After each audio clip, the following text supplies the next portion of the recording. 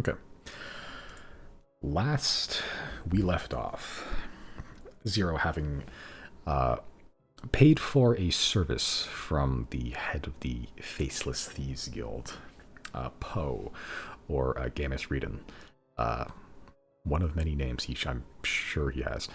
Um, to ascertain some information about the Glass Palace, about the uh, council members themselves, which he did. Um, Two council members are not present in this entire town right now, and he's picked up some information about the other ones. But more importantly, Poe has picked up, used a lead to maybe get you an in to the Glass Palace itself to try to force a meeting upon the Platinum Council. And in doing so, you would have to disguise yourselves somewhat as chefs or cooks, servants of some kind, which is the connection that Poe is willing to extend to you. You bought a couple magical items from the Atneys, some pocket of perceptionlessnesses. Not a word, but wizards don't care. I don't know how many you bought. I think at least two, I think. Or just one, I don't remember. Either way, and if everything inside doesn't look magical, too magic, neither does the bag. It's a little contraband pouch for magical items. The plan was to kind of keep all your valuables and everything inside the monster pockets, including, two of the valued party members, Zero and Chris, the stab monster and the Swiss Army knife of war crimes, respectively, and using the massive charisma and machismo of one Rexard Dulinlian Riley, who is going to take up the disguise. Meeting the head chef, you have some back and forth banter, make a bet, which you promptly lost later on, but you went up to the security checkpoint with the monster pockets containing your companions, monster pockets within the pocket of receptionlessness, and baking a gourmet taiyaki. You pass through the sort of magical arcane detection gate for bullshit, and then you proceed to serve up some bullshit to the guards when, patting you down for weaponry and everything. Your taiyaki got taken by the guard, and they eventually had to search the bag that you're carrying and finding these weird magical items inside. A scuffle ensues as you were asked to open up the quote-unquote figurines within the balls, just, for security's sake. And immediately doing so, a cloud of sweet-smelling nerve gas erupted from it as Chris unleashed the nerve toxin that he bought literally yesterday, I think, from a child in the black market. It knocked out all the guards, paralyzed, and Zero decided to get the magical drugs that you got from Narset a long time ago, sprinkle them in the eyes, and they start tripping balls. Basically, they can't do anything. The taiyaki hits the floor because the guard carrying it hit the floor, and you snuck up. You are past the arcane gate as somewhat messy, but not raising any alarms because anyone that could is currently not there. And eventually find the council chamber, a somewhat like dome-shaped glass and I guess observatory in a way. Not unlike most towers in cities, I guess, like spectacle ones. Calgary Tower. And inside you find the king. King Burharcito, a older human with a receding hairline, wearing decadent, heavy clothing of cloths, and a crown with what was it? crowned with like a small budding antlers, which seem to sprout when I believe one of you cast a spell. There is also a older human woman, long brown hair kept neatly wrapped around her head in lavish braids, wearing a long, fine black dress with some red and orange floral meshing around the neck and the arms.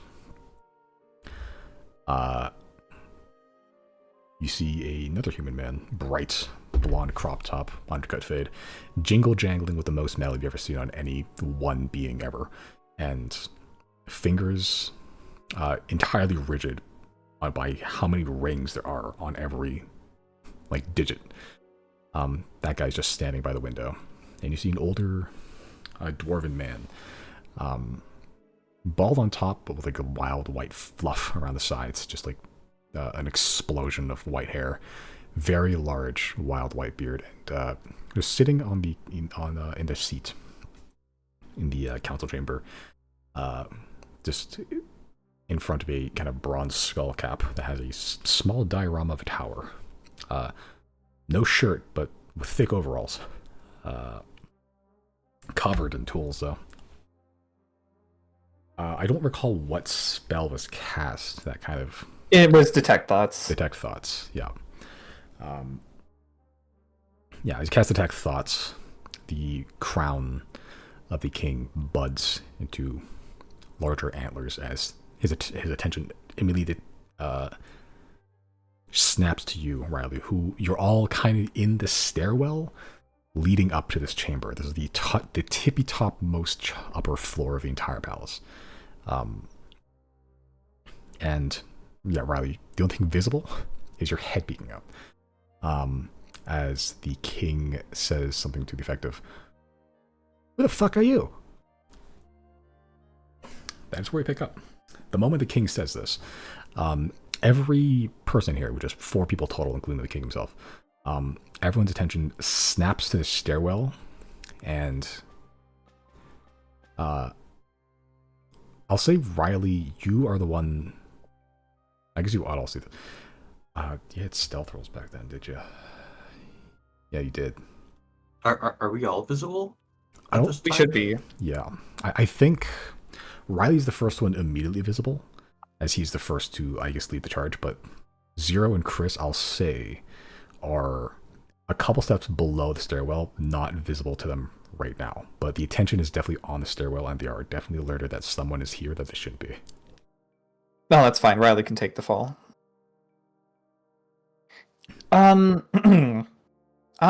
Greetings, Your Highness, Platinum Council. I'd love to say I'm just an ordinary chef, but I've got ill tidings. Make a persuasion check with disadvantage. There is my persuasion, you said? Yeah. 13's pretty good for disadvantage. Oh no, it's only good because I'm fucking insane at persuasion.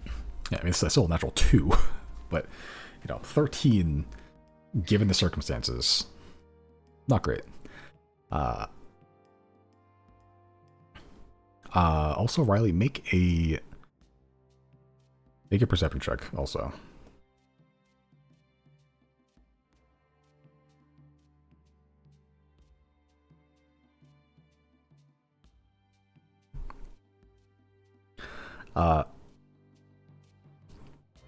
You see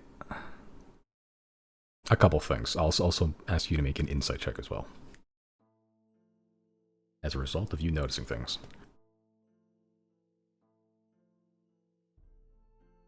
Okay. There are 2 reactions you're expecting. The king, the guy seated in this giant throne, is, shocked at your sudden intrusion. So is the guy to your left, the adult man, a human man, standing by the window, the kind of blonde dude jingle jangling. They have the same expression of shock. Who the fuck are you? The 2 expressions that catch your eye in the fraction of a second, you're very perceptive, is the woman in the black dress and the dwarven man. The woman in the black dress doesn't look surprised, but with the insight check, I'll say there's a shrewdness in her face. There's a cunning. There's a dare I say recognition. The dwarven man's reaction. When you first saw him, he was just kind of milling about. He looks at you as you, say you have ill tidings. He makes eye contact with you, and there is a sternness in his eyes. There is a kind of this grimness, but then his eyes just kind of lose focus, and they kind of drift down to the right, just into nothing in particular near the floor around you. They kind of almost roll back into this head, and then they kind of snap back onto you again. Not sure what that's about, but it happens. And with that persuasion, unexpectedly, the king begins to yell for guards. You can see the antlers don't stop growing, actually. They kind of grow huge, but they don't seem to weigh him down. They are about as large as like a moose horn at this point.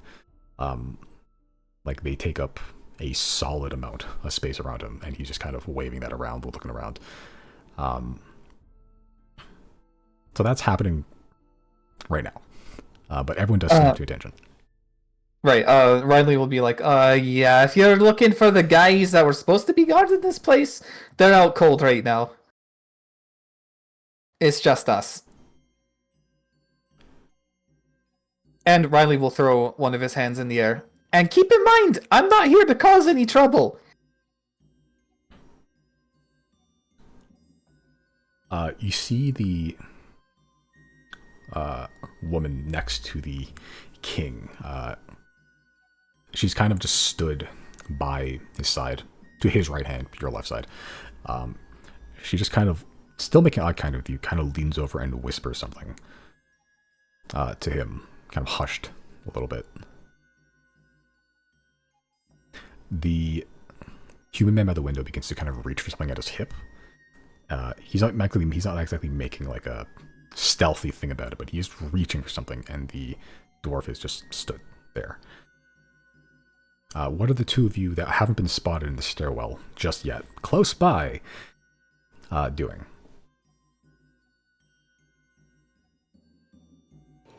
What can we see from here? The roof of the chamber. That's basically it. You can peek your head out, but you would be noticed. Is there anything on the roof of Glass. interest? Just glass? Yeah. That you can see at least. You can make an investigation check, but you'd have to get closer to really look at it.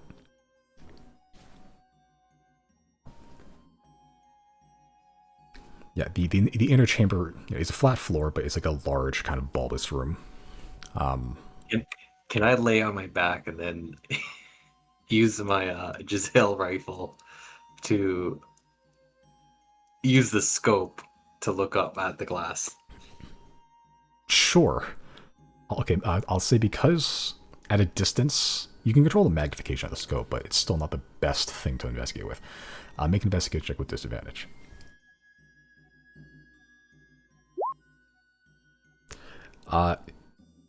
It's glass. It's as far as you're aware, that is just plate glass. It looks pretty thick, pretty hefty. With your intelligence, it could probably survive a gunshot, honestly. But that is molten sand shaped into the right shape.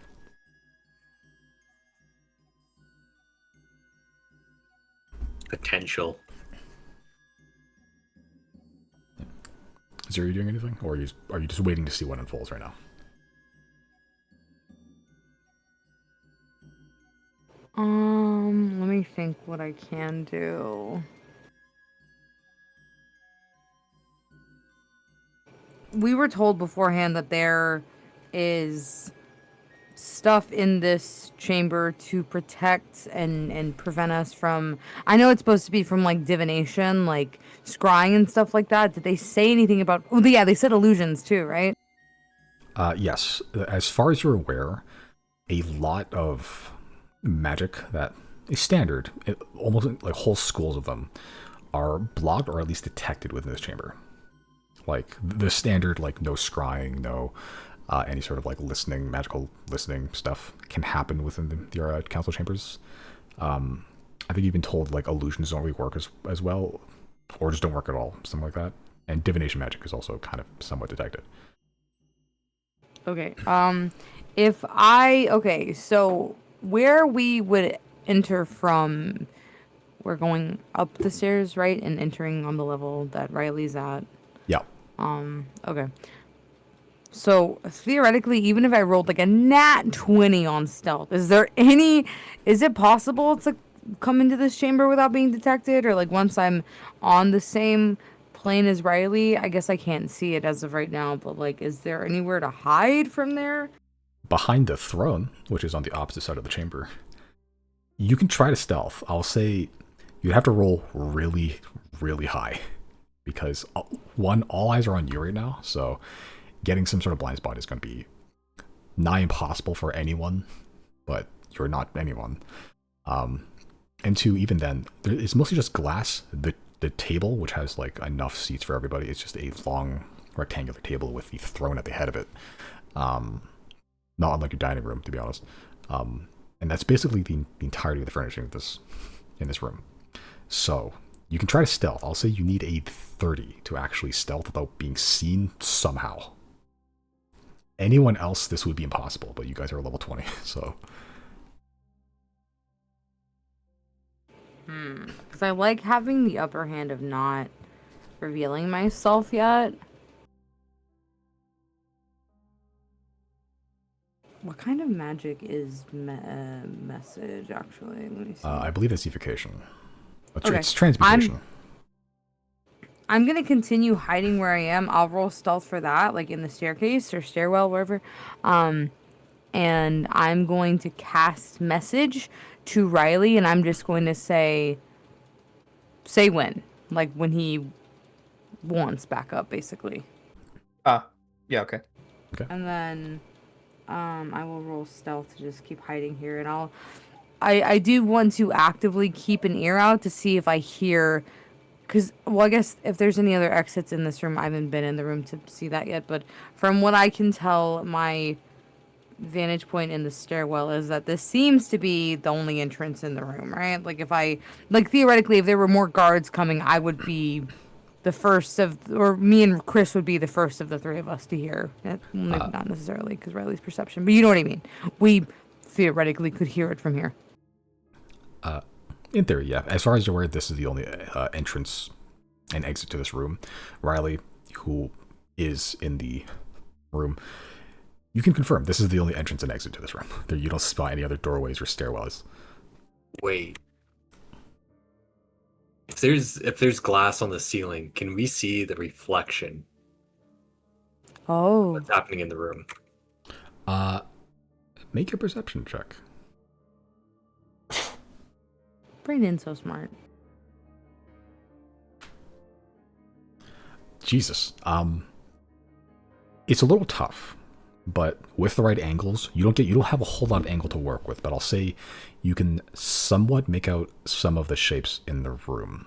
The glass is clear. It's not a mirror, but at certain angles, you can kind of make out the vague shapes of humans. And I see you get a general outline of probably the people at the table. So probably the king, the woman, and the dwarf. But the king just continues to call for guards as the woman whispers something, and then he kind of stops, kind of like leaning in to what she's whispering. The woman kind of stands up straight, kind of nose up, very prim, very proper, and she just kind of goes, "I don't see how we have anything to discuss with intruders." The dwarf kind of holds up one just meaty mitt, and kind of just goes, "All right, calm down. They broke in. I say hear them out." Riley will gesture towards his chef attire. I tried doing this legitimately. The man of the window, who still is like was reaching for something, he kind of goes, "Oh, you employed?" As of today. Quite the gambit. I would hardly call that legitimate, though. No, I digress. I suppose I'll try to keep this brief. Surely you've noticed the panicked dispositions of The woman the priest of the Hall of Ten. The woman interrupts you, going, "I don't recall ever accepting to hear what you're saying." Now you can close your ears then. The rest seem interested. She begins whispering something to the king, and the king's kind of just like bug-eyed, and just kind of like, just listening, basically. The dwarf just kind of looks at you for a little bit, stands up, takes the helmet, kind of puts it under his arm, football style, and just also begins to go to the king's side and begins whispering something. The woman, so the king's now flanked by a huge, thick, like just brick shithouse of a dwarf, and also this kind of lithe, scheming woman, both whispering stuff into his ear. I need someone to roll a d100 for me. Nope. Me. You do it.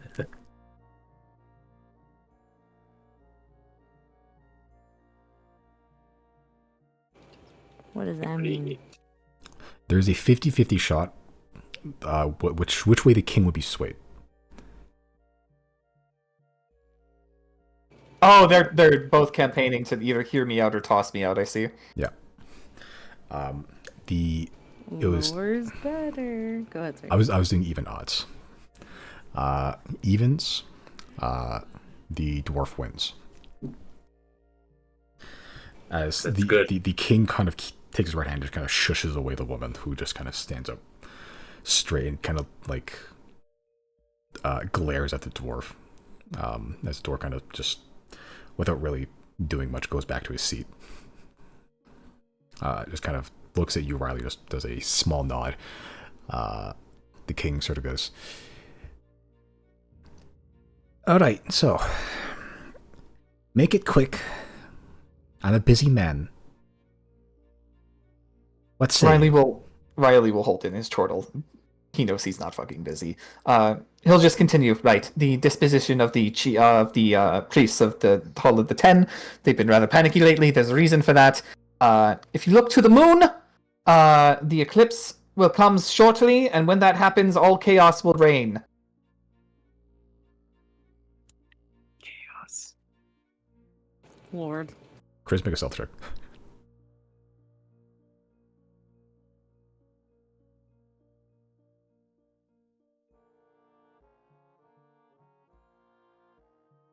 You see the Riley. You hear Chris say chaos, and then you see the man at the window go, "Who was that? Is there someone else here?" And he begins walking towards a stairwell towards you, Riley. Who you haven't ascended. You're still just kind of stood like a gopher in the stairwell. Only a head visible. That's kind of hard though. Like just the whisper on the wind of just chaos, and then everyone's hair stands on end, and they're like, "Who else is here?" Oh fuck! Just the god of chaos himself. That's is with us. crazy. That's so scary. Yeah, but unless anyone wants to do anything to stop this man, he will come over the stairwell and see all three of you. Or yeah, I don't think anyone else. No one else came with you. Just three of you. I would like to do something. What'd you like to do? Well, okay, so once he reaches the entry to the stairwell, he'll be like right in front of Riley. Yeah, he'll be basically, the way that the chamber is built, it's like, you had a spiraling staircase upwards, just entirely closing with brick walls, and then once you reach the top, it's just like a hole in the floor with the stairs coming out of it, basically. So he'd be over top he'd be over top, he'd be looking down, basically. Is there a section of the stairwell where I could be out of view? You could run back downstairs. if you'd like. How far is that? To be out of view, not that far, but you also could be heard on the way down too. Could I do a Misty Step? Sure, if you'd like to. Sure.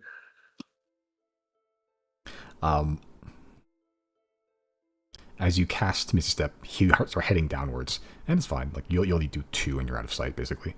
Riley, you notice the whole of the antlers of the king's crown changes to a kind of blue coloration, like a light blue, and like there's like a kind of mote of magical energy, also blue, kind of in between the antlers now. As the king kind of looks at the stairwell, almost like following Chris's movements a little bit. Oh, like alerting him. Well, I don't know. I'm just assuming, but sorry.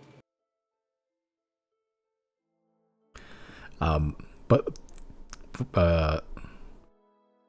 Zuri, you said you're going to do something, or? I am. I mean, from my perspective, can I even see him approaching, or can I hear him approaching? You can hear him approaching, but if from where you are now, if he sees you, you can see him. Okay.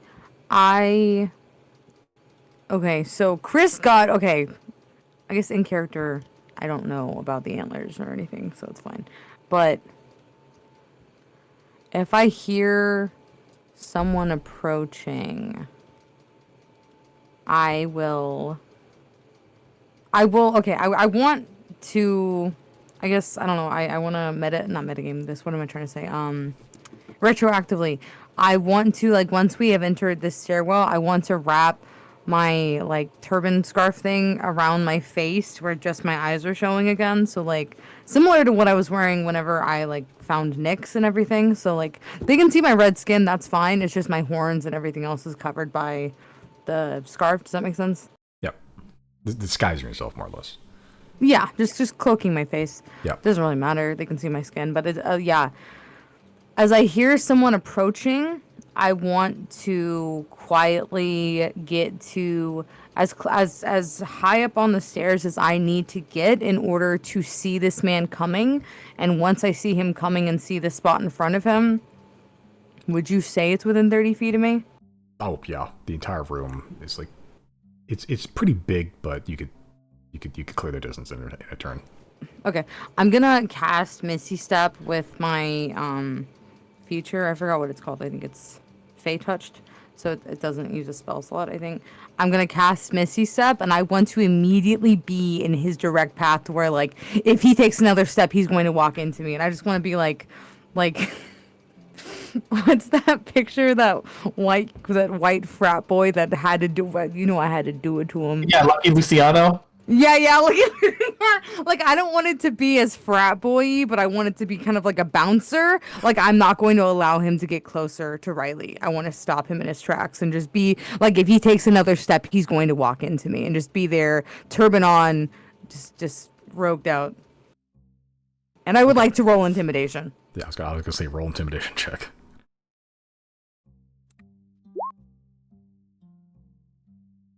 Okay. As you hear the guy coming, you begin to cover your face pretty quickly, and then peek your head out just enough to see the kind of like this is a stone brick that this chamber is made out of, and you basically step onto the floor itself. Now the most visible person in the chamber. Rather, you can ascend if you'd like to, but you begin to hands clasped over each other. Dorian the door. Very much stance. Yes, exactly that. Yeah, as you look like an assassin, not gonna lie. But fun. You bounce her, and as you do, you get up in this guy's grill. He smells wonderful, by the way. Very clean, very clean, perfumed. As he does bump into you, and whatever he was reaching for, he now has a grasp of. Am I taller than him? I'd say slightly, like not by much, but yeah. Okay. The moment you show up, you see everyone kind of visibly react, like they kind of just shift a little bit, like just some out of surprise, but like they're not like, gasping, but certainly aware now. They're just moving and maneuvering, even the dwarf, who seems at least cooperative with you for some reason. But yeah, you now have a view of the room. You can see the sun setting through the windows. Beautiful view up here, to be honest. But you see the whole chamber, the council chamber of the king, and you see the blue glowing antlers, the woman by his side, and the dwarf with the cool tower hat. And Chris is fucked off. Chris is downstairs. Chris, make a perception check, actually.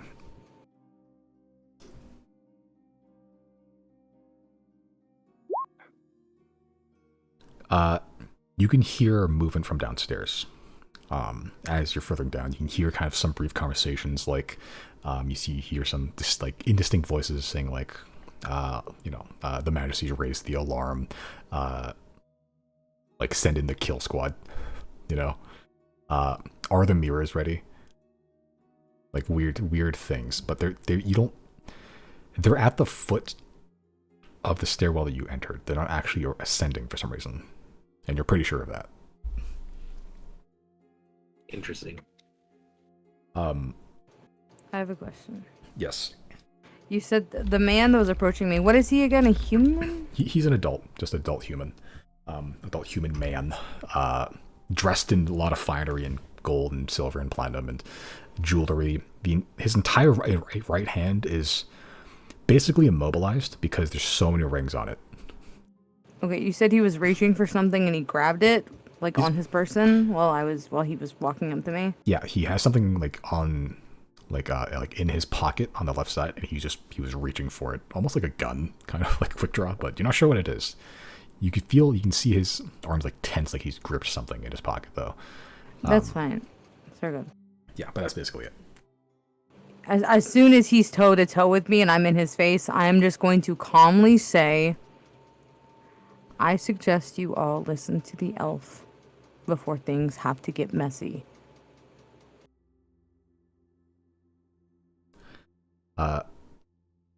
You see Riley and Zero see the woman by the king's side again lean in and whisper something while making eye contact with you, Zero, as again the king leans in to listen.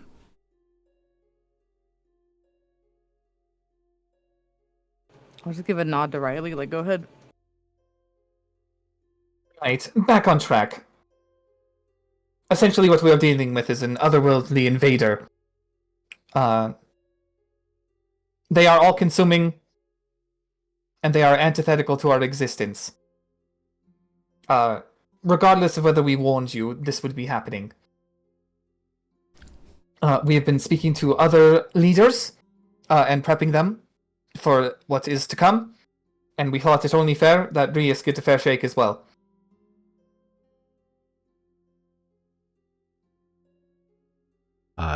The human man that Zero has postured off with kind of backs up from Zero, still gripping whatever he was doing, but kind of looks to you, Riley. A doomsday prophecy, really. That's what you come to petition us with. Not a prophecy, a reality. The man kind of just scoffs a little bit. Has like a sly grin on his face. Perfect teeth, by the way. Kind of looks to the woman who kind of share a glance.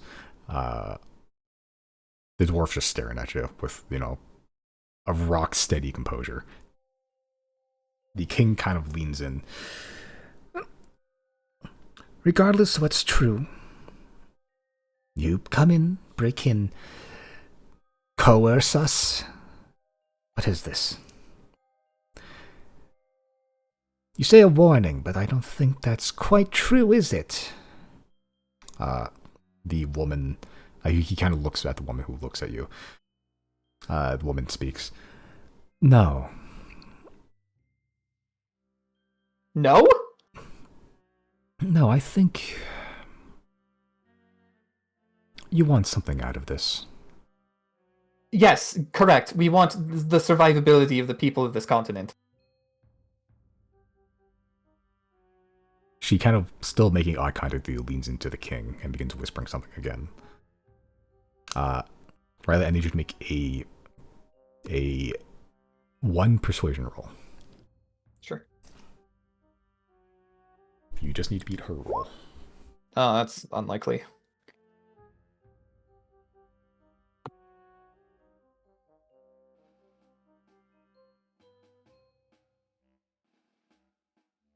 Is it a new day for the Destiny Bender yet? Nope. Probably not, huh? I, Yeah, I, no, I it's think not. you used it during the kerfuffle with the nerf gas. Well, hold on a second. Shit, how does Fool's Luck work again? Did we? I think it's when he fucked up his his persuasion thing with the Oh, Greens. he used it. I was about to say. Yeah. I was like, I don't remember using it. I did give you Fool's Insight back again. Fool's Insight? You mean Fool's Luck? Fool's Luck, yeah. Yeah. You just add a bardic to your roll, if I recall, and then Yes, that is I get the precisely same how it roll to works. use against you. Yeah.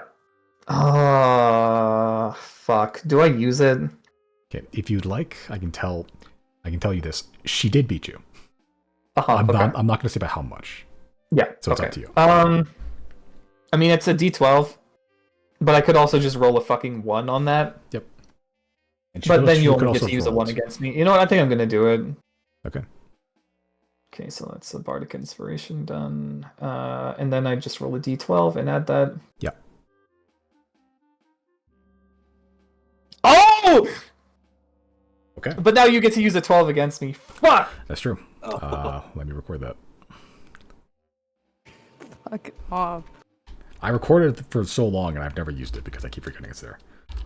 I know, and that scares me worse because there's only like a handful of fights between now and the end of the campaign for you to use them that I'm like, oh no, it's gonna be something important. It's gonna be something important when Simon remembers it. This is important, and I'm doing it to myself, so... Yeah. I could have taken the L. I'll Yeah. take an L elsewhere. There is a 50% chance to succeed. Yeah, she rolled an 11 plus 9, so 20 total.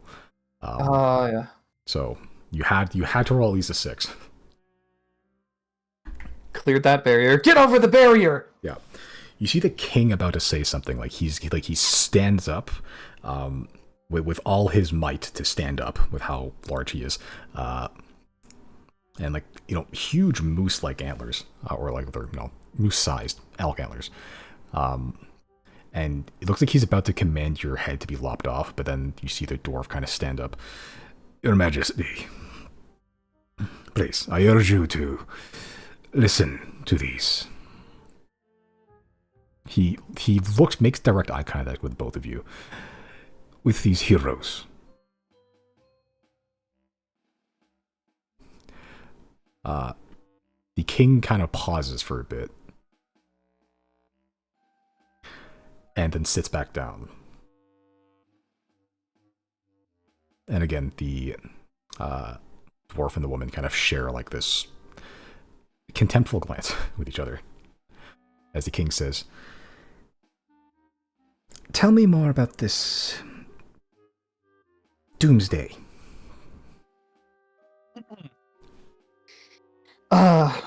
Many thousands of years ago. An invasion But short. took place. Short. Not here for a history lesson.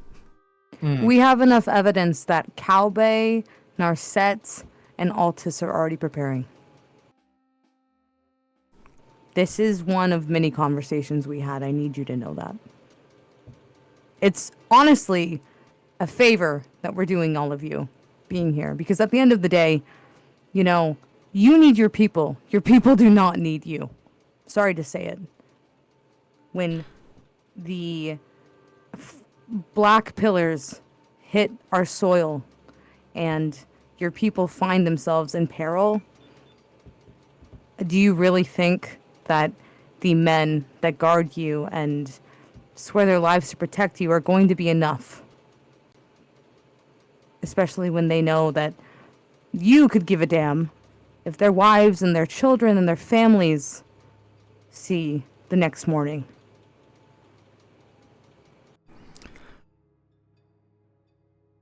And I'd like to roll intimidation again. I don't give a fuck.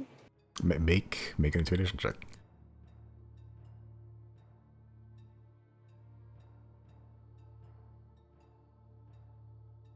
alright. I finally got Roll28 open, but it's being kind of slow.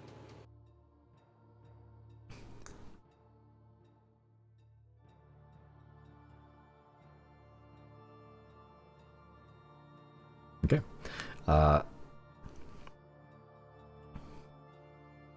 You see the man that you're posturing up against kind of like rolls his eyes and then kind of lands his gaze on the king, kind of goes, kind of petition to the king. Your Majesty, the people come in with talk of a doomsday and then they arrive at a political speech, which I'm sure you don't want to listen to. Why should we listen to anything they have to say when that's what they lead with? Or one of the points they like to bring up is how we're not doing our jobs. I'm gonna get in his face. I want to step forward closer to this man, and I'm going to say to him, "What do you do for your people successfully, quickly? He kind of The lower class. I'm going to keep walking towards him until we're like chest to chest, head to head. I don't care." He meets you. He is not intimidated by you. He kind of meets your direct gaze. You are inches away from each other. He goes, "Do you like food, gold, jobs, employment? I keep that running. I take in imports, keep out, and send out exports."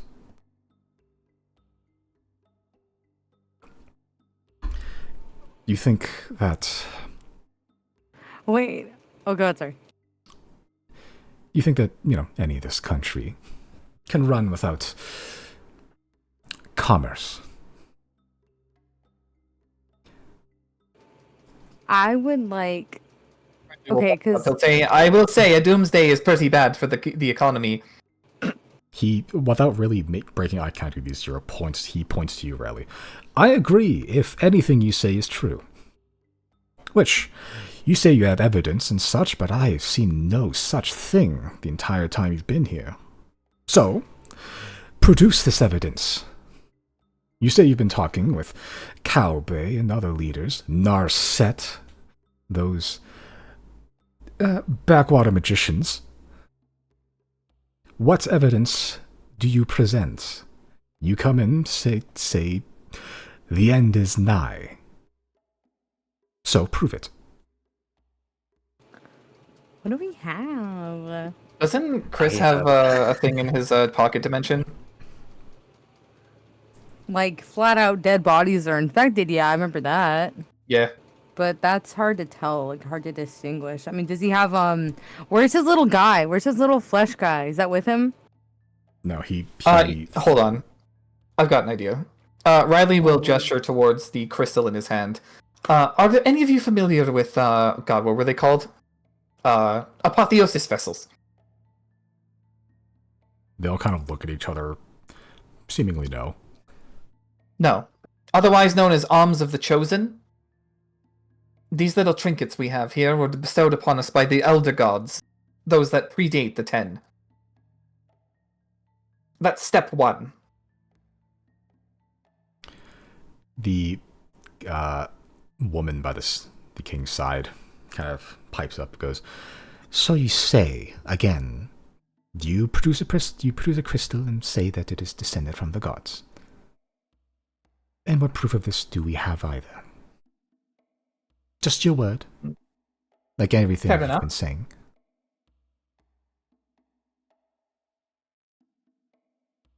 Ooh, what is the god of justice again? The god of justice for the 10. That would be Dwun. Dwun, okay. I don't have anything I necessarily want to do right now, but I'm trying to think. I'm looking through my inventory to see if I have anything at all. I'm trying to figure out if I have anything either. While you guys figuring it out, but I gave it to me. Chris, you are in the stairwell still. You can make out with that perception check. Make out some bits of conversation from below, but you can hear some bits of conversation from up top too. But I'd say both are kind of vague right now. What are you doing? Oh, sorry, go ahead. I think I'll start crawling up the stairs because Crawling.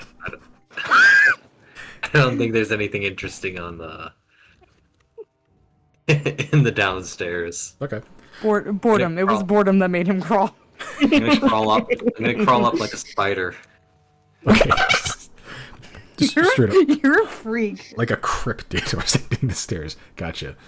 Are you going all the way up, or are you going back to that like kind of alcove hiding spot? I'll go to that hiding spot. Okay, so just below the staircase, away from everyone's gaze. Yeah. Gotcha. Okay. Yeah, so you get there and you see Riley. You can see Chris, like, skitter up the stairway. But yeah, skitter. He just stops just shy of the, making eye contact with everybody. And now, Chris, you can hear everything from this point on, pretty clear. Zero, you were doing something or asking something? Okay, so when it comes to the constant, what do we have to do to summon that again? Do we just like teleport to it now? Is that all we do? Like we can't bring it to us? You can try contacting the lady. But don't we have an item, Bowen? We do have, or yeah, I think we do, right? Like a piece of the constant or something. I don't recall. Probably that does sound familiar, but yeah. We use it as a focus to teleport there. So yeah. Oh, she may have just given you the constant actually, and just let you hold on to it to teleport back. So you might still have the constant. But we can't bring the island to us here in this room. Like that's not something we've ever been told we could do. I believe you could teleport to the islands. The constant would complete the islands, so they'd have more control of where they go. So if you gave them the constant, they could teleport here, assuming no one is looking. But it's a city, so everyone is looking. Hmm.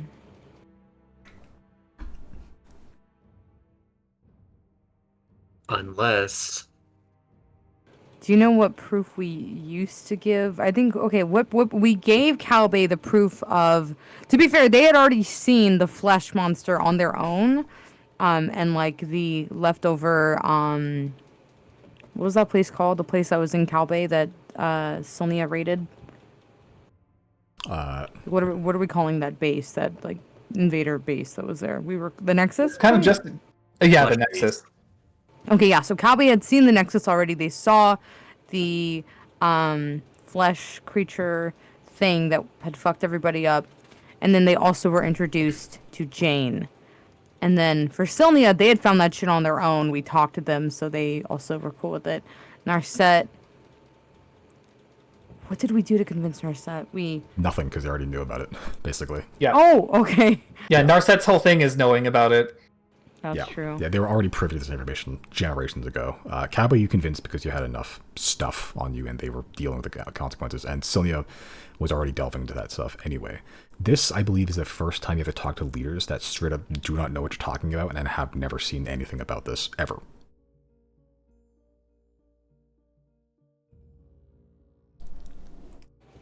I would like...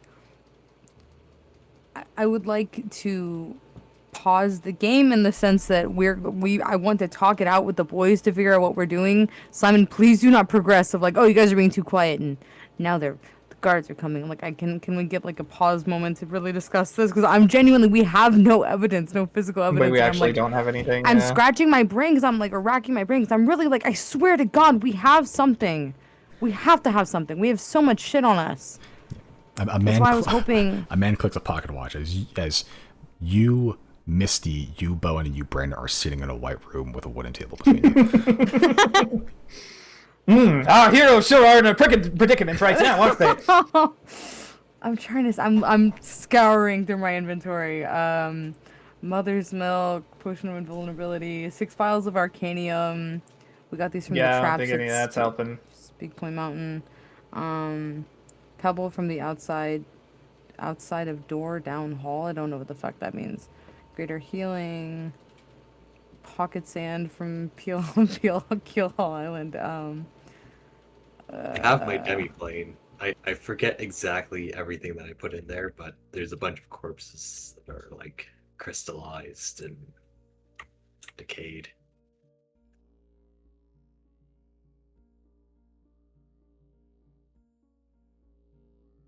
I straight up don't have anything. What if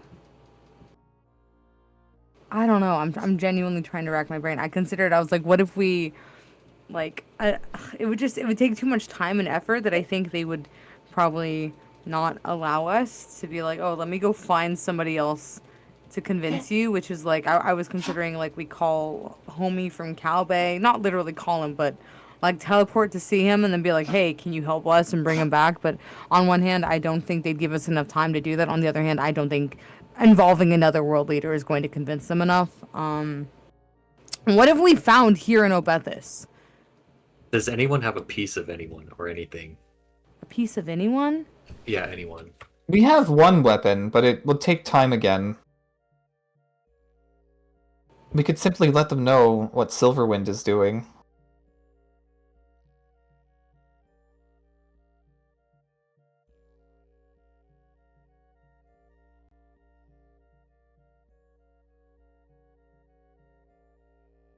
Is there any way we could try to convince Tannen, or I mean, in quotations, Tannen, convince Tannen, who I feel like low key puppeteers.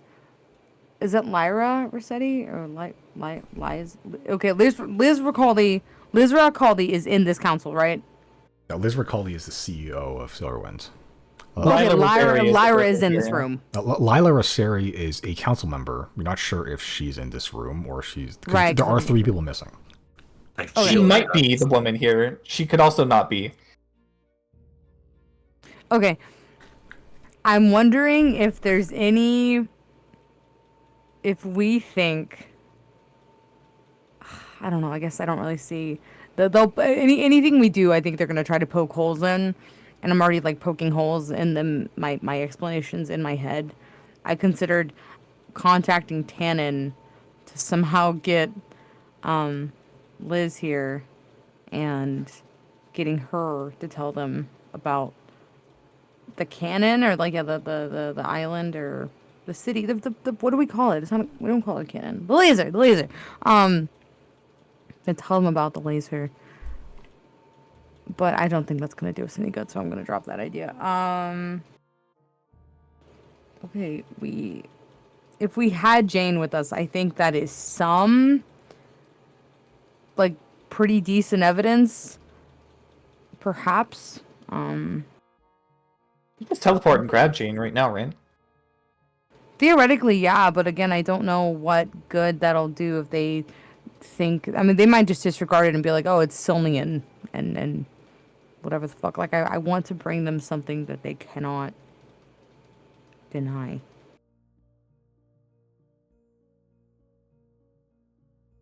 I think I should show them the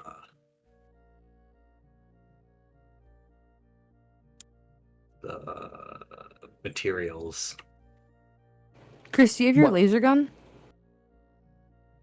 I think that might have been taken. Yeah, it was Okay. taken by Silnia. Right. Okay.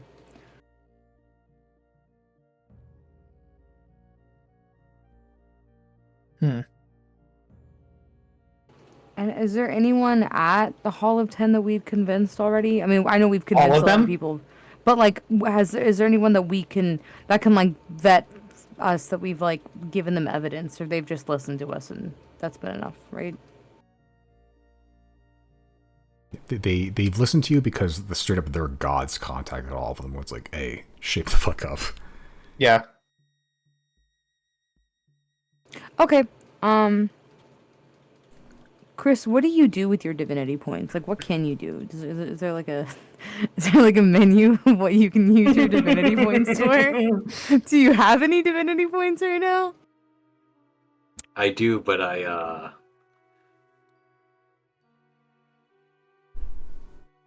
He's saving it for the orphanage down the street. For what? yeah, we'll see. We'll see. I'm trying to think. Because I think if we were able to get some kind of divine miracle that is not like, either they're not able to disregard with just like, oh, that was just puny magic. Everyone knows that spell. I don't know. I'm trying here, guys.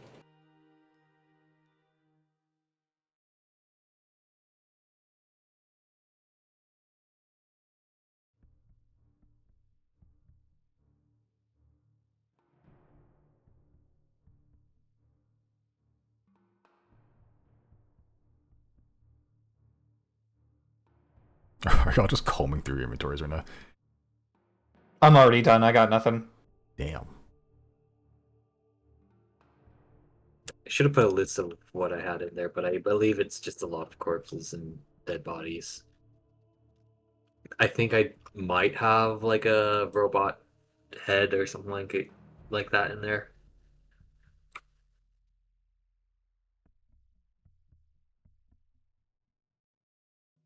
Yeah, I don't remember the last time you killed robots. Probably when you were at the little lab thing with the processor.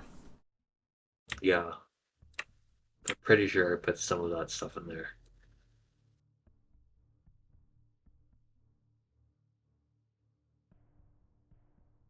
What do you guys think about us bringing up what's happening in Sant right now? Like low key, these guys kind of live under a rock. It sounds like. Either I don't they're think bust- that's. I don't know if that's going to prove anything to them. They're looking for cold hard proof right now. We have to teleport. It's the only way, really. We need to find something, teleport it here, or teleport them somewhere, and they have to agree to it. Well, Which I think we can do so with the dwarf, because the dwarf seems interested. what do they? It'd be. I think it would be good to get some insight onto what they know.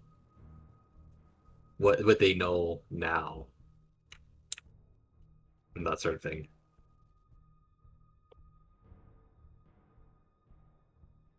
the angle I was trying to take when bringing up Sant was kind of going to, again, I don't know how religious of a man this guy is, the one that's talking shit to me, or the king for that matter. But I mean, the 10 rules here, and I thought considered, yeah, bringing up what's happening in Sant purely to be like, hey, the gods woke up. Have you noticed they've been more active? Simon, okay, we ran into. Yeah, I started with that.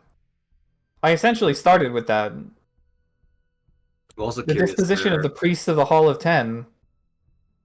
I'm also curious where the king got the antlers.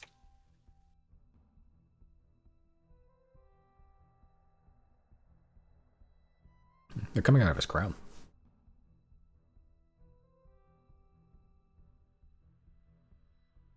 That'd be so funny if, as we're doing this, Poe is stealing whatever the fuck he was gonna steal, like, right now. That'd be funny if he's using us as cover right now. That'd be funny.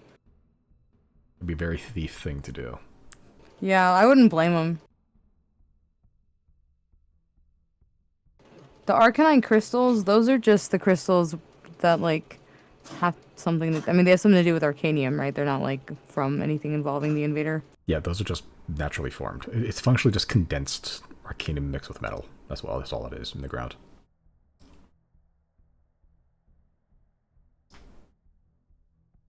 Are there any Pretty- places, I guess every pillar that we've come across, we've taken it down, right? Yeah.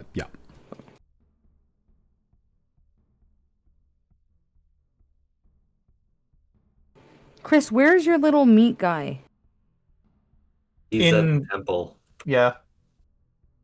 the Zeta temple. He's in he's in the pyramid where you've killed Nefrak, the Skin Weaver. Yeah. Oh, I don't know why I thought Chris kept him for, like, a while. No. Well, he did, but I guess we had gone from Calbay to Narset with him. Yeah, Is that right? Did we picked him up in Calbay? Okay. yeah. Where when Riley communed with the floor, and it was like 1,000 people talking at once, and then yeah, Riley took a snipping, and then gave it to Chris, or Chris took snipping, one of the two. Yeah, that thing's feeding off the energy in the pyramid now.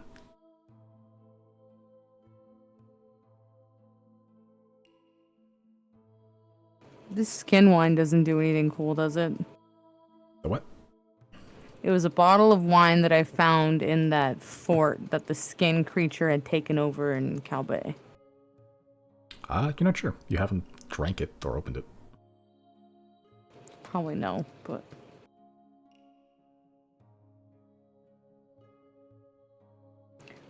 Brandon, do you have, like, a list of what is in all your pocket dimensions? I have one where it has like a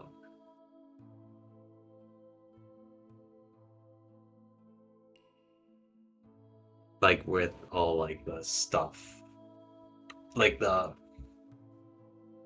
dead bodies are in very on that island. A bunch of like essentially the bodies are like crystallized now, and Yeah, it's a, if I recall, you do have a demi-plane full of corrupted corpses, if I recall. yeah, and it may be a like a robot head or something like that. Like,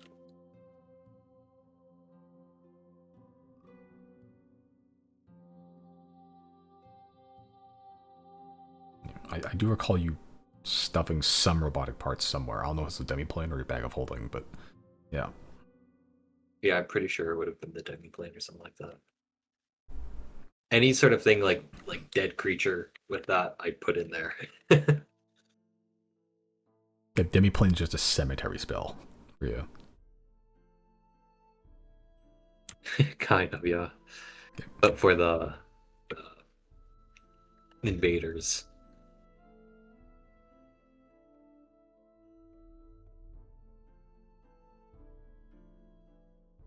Yeah. Oh, so what? It's up to Chris then.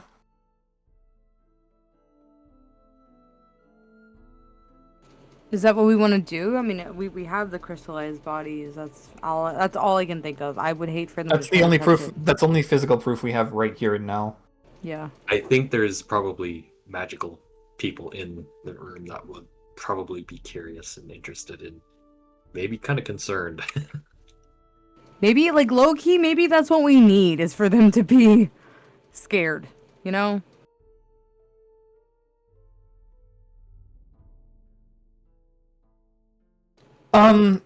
Is that what we're going with then? Well, let me ask Simon. Okay, I touched the dragon, like strain of the corruption with my mage hand, and it like corrupted it. That was unique to the dragon strain, right? That was never the case with the strain that we had encountered previous. That's what made it so scary. As far as Wait. you're aware, yes. Your magic is still corrupted. Yes, Yeah. it is. That's could be evidence too. It's like a pinprick. I mean, I'm willing to try it, but it's like a pinprick of corruption. I think Bowen's is the same, right? Yep. We did see it was growing, right? Was it? I think like Slightly. microscopically, but yes. Yeah, it's expanded a few millimeters at this point, if I recall.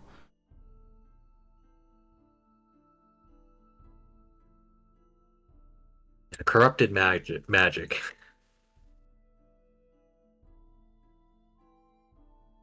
Patsy's also corrupted, if I recall, too. Yeah. I'll be Okay. right back. Okay. So, okay, between physical evidence, we have the bodies. We do have the mage hand and Patsy, I suppose. Is Patsy a spell slot? Yeah. It's Okay, only a I'll first level. I don't give a shit. Okay. Well, I'll try with the mage hand first, and then if they really don't care, maybe the Patsy will also help. I don't know. We'll see, because I think it's probably about the same in size. The bodies, corruption.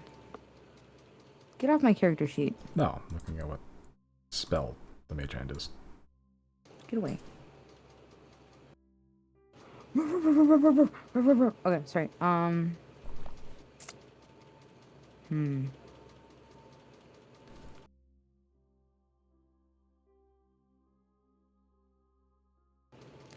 Okay. I could use the Truth Seer to make a religion check and try to summon somebody. I mean, I say summon like I can't look at the fucking Pokemon, but you know what I mean? Like, I could try my hand at rolling religion to see if there's a 10 that is willing to be here to maybe help us or something. I mean, because again, if illusionary magic and like certain types of magic that would create illusions and stuff that is false is not capable of being active here, I could try to use a Truth Seer charge to get advantage on like a religion check. If we tried to just call on any of the 10, just be like, hey, help a brother out real quick. Show up. Just show up real quick. I don't know about that. They're kind of preoccupied. Well, I mean, if anything, I'll do that as like a last resort because we're desperate. Because I don't see the harm in it. Like they're Look, preoccupied. I think we can present what we have, the infections, and then we can pursue the dwarf guy. I'm back. You were gone? Yeah, you said you were back. Oh, I totally zoned out.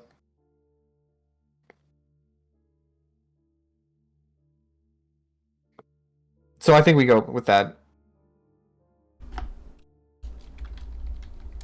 Because we're going to sit here literally all night not doing anything if we keep thinking about it. Okay, so you're going to try to present the corrupted spells or the corpses. Not both? Question mark? Oh, Yeah, but Chris hasn't revealed himself yet, so I can start with the mage hand. Yeah. Okay, first action. If homeboy is still in my face, right? Like he's right here. Yeah. The man unclicks a pocket watch as you all go back to your respective D&D bodies. What was the time? D&D o'clock. Okay, I see. All right. My favorite time. I would like, as old boy's in my face, I would like to try to cast Mage Hand if I can. And normally, I know because of my rogue level, my Mage Hand is invisible. Can I make it visible? I'll say if you want to make it visible, sure. Well, you're just going to cast Mage Hand without even specifying why. I'm gonna say that after I cast it. But say it before you cast it. I don't think it matters what order I do it in. I'd like to cast Mage Hand. I'm not gonna put it like. I'm just gonna put it in the air, like open palm, facing him. Where on the palm is the mark? Would you say, like, if it's an actual hand? It grabbed it with its fingies, right? Yeah. Yeah. So I'll say like it's probably like on the index finger around like the upper nail or so. Okay, then I want to adjust the hand to be whatever way is facing him. Am I able to cast Mage Hand in here? Does it take? Yeah, you can cast it just fine, and the antlers still glow blue. Okay, that's fine. As long as I cast. And I cast it, and does he do anything when I cast it? I'm not doing anything with it, I'm just showing him. As you've been casting a spell, the guy that you're all up in the grill with is he kind of backs up a step, and then a huge spectral ram kind of shows up behind him. Mm-hmm. It doesn't charge you anything, but it's there. Okay. And I'm just gonna hold the hand out. If I look at it, is the little spot still visible? Yeah. Okay. I'm going to point at the hand with my real hand and just ask that man in front of me, do you see that mark? He's still kind of making eye contact with you, kind of narrows his eyes, and he walks forward towards the mage hand, looks at it. The goat's still there. He kind of looks at it. Yes. Do you know what spell this is? Arcane hand. Sure. What do you think could permanently mark a spectral magical hand? Like this. And I'm going to get it real close to his face, not like touching him, but close enough to where he can see the mark. He looks at it, looks at you. I don't know, I'm not a fucking mage.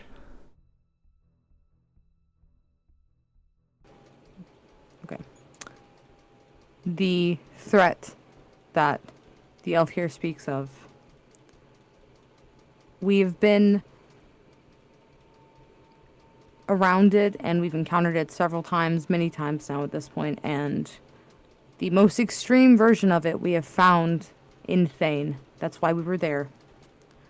And we have it under some kind of quarantine for now, but we are at risk of it being exposed to the rest of the world.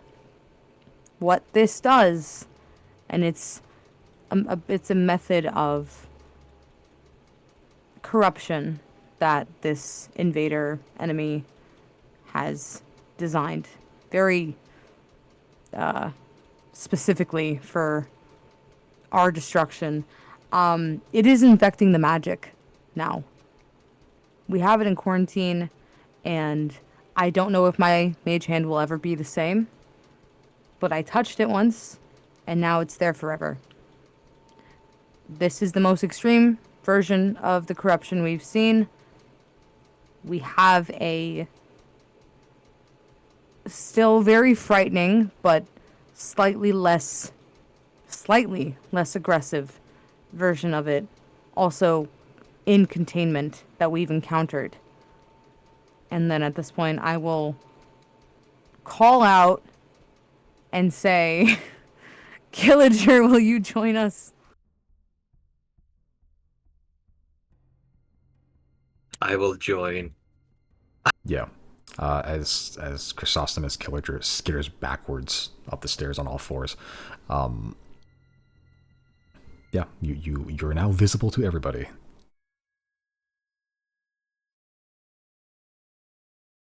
Hello. Right, Chris. You have the physical proof that we are seeking?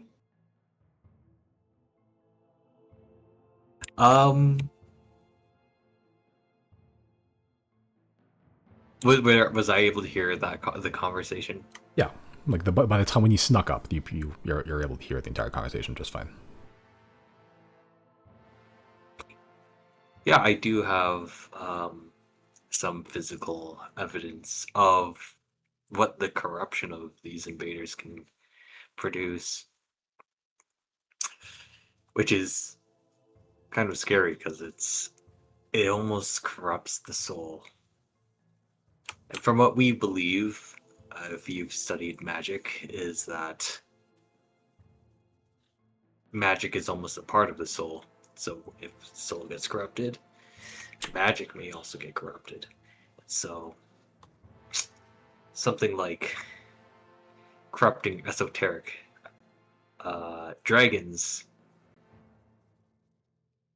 is a big deal, especially when it deals with stuff like time and space. From what we know is that inside the moon is full of what? It's like a void, right? That's sitting on the throne. The concept of consumption, I believe it was. Yeah, the concept of consumption, and we know sort of beings and entities and things that sort of do that. For example, sphere of annihilations, which you may have heard of. Silnia seems to think that it's all theirs, but these things might be connected. But I will show you what I have collected thus far on our adventures in trying to stop these invaders. And I'll open up the demi-plane. Sure. As you open up a demi-plane, and there's just a heap of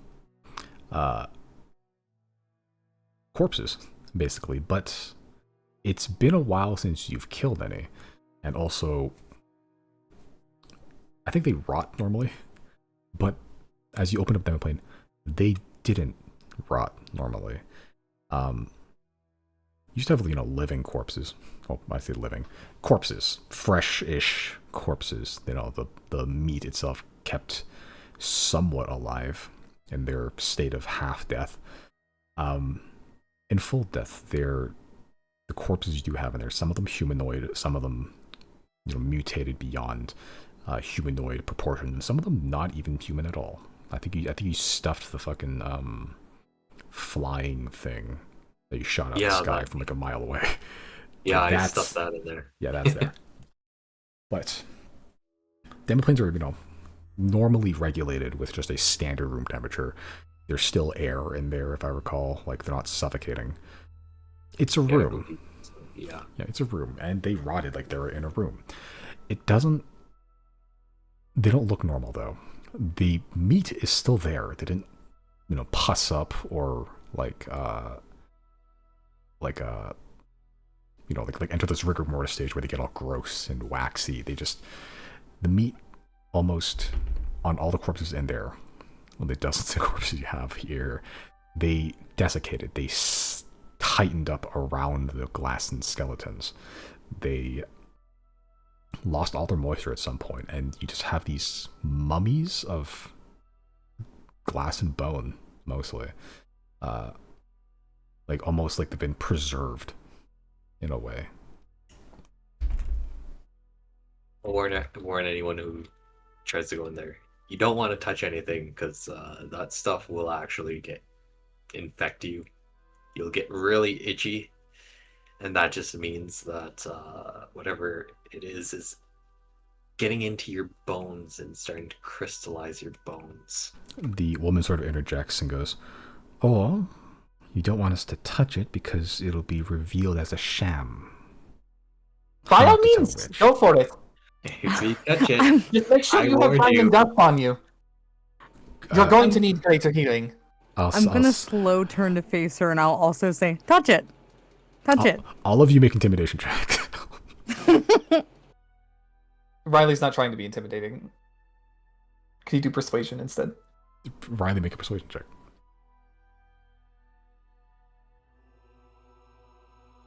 All of you go like, touch it if you want, and no one goes for it. They all look at it with like this. It's very much Schrodinger's doomsday. Like, they're not sure one of them is not sure. Most of them except one are not sure if you're saying is true, but they're also not willing to call you out on your potential bluff. Yeah. Schrodinger's apocalypse, basically. It could be true. It could also not be true. They're not going to try to find out. They're not looking into the box to see whether it's alive or dead.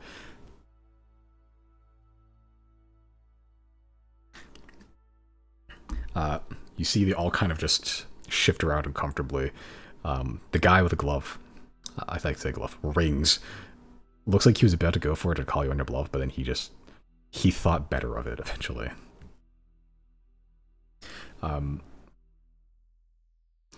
He looks at it and sort of goes, well, maybe, but that could also be some kind of unknown creature that we've never seen before.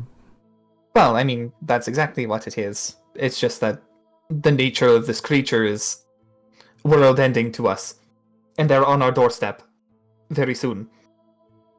It's all nature when you think about it. The guy's actually going to make a history check. Oh, okay, actually. He's not good at that, but he's okay.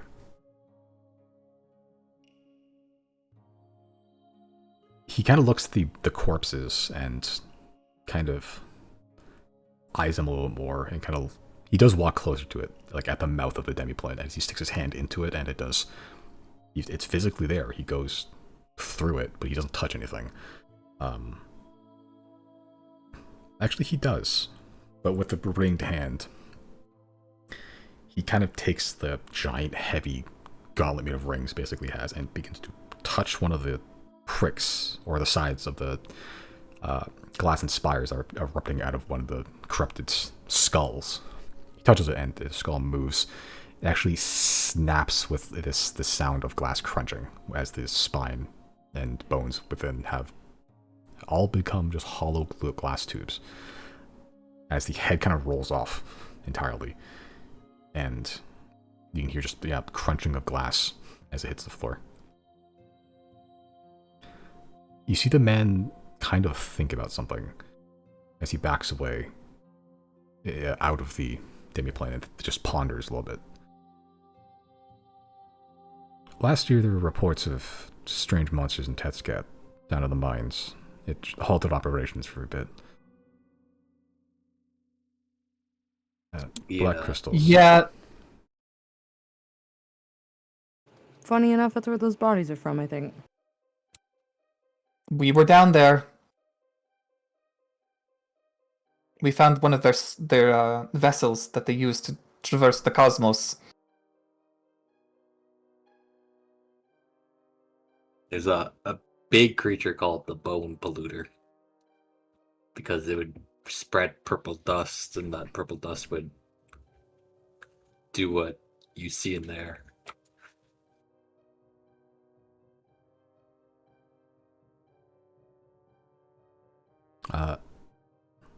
I'll say Chris and Riley make a persuasion check.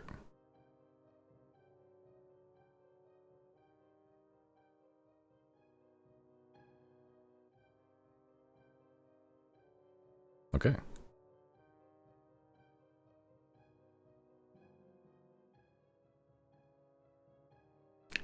You see the tone of this man kind of change a little bit as he kind of begins to eye the demiplane, as he's now kind of rattling through possibilities in his head, like he wasn't before. He kind of looks towards you, Zero, and kind of the spectral ram dissipates as he kind of gives you a small, polite nod of the head, turns towards the king. Your Highness, either way, if what they're saying is true, then maybe it doesn't hurt to at least be somewhat repaired, and if not, then, well, no harm done, I suppose. The dwarf sort of chimes in, making eye contact with the man that just spoke, the human man. For once we agree on something. The dwarf turns to the king. Your Majesty, I have it on good high authority that what they say is true. If it means anything, they do have my confidence. I would like to insight check that. Which one? Dwarf? The dwarf. He called us heroes earlier, too. Do we have a fan on the Platinum Council? It's not just that, it's that wasn't there a warning that somebody on the Platinum Council was not who they said they were? True. And this man, look, I'm betrayed and hurt, and I have trust issues now after Tannen. And whoever the fuck Tannen is, we know what they're capable of, and this is itching me the wrong way. This is itching me in a very Tannen way, you know what I mean?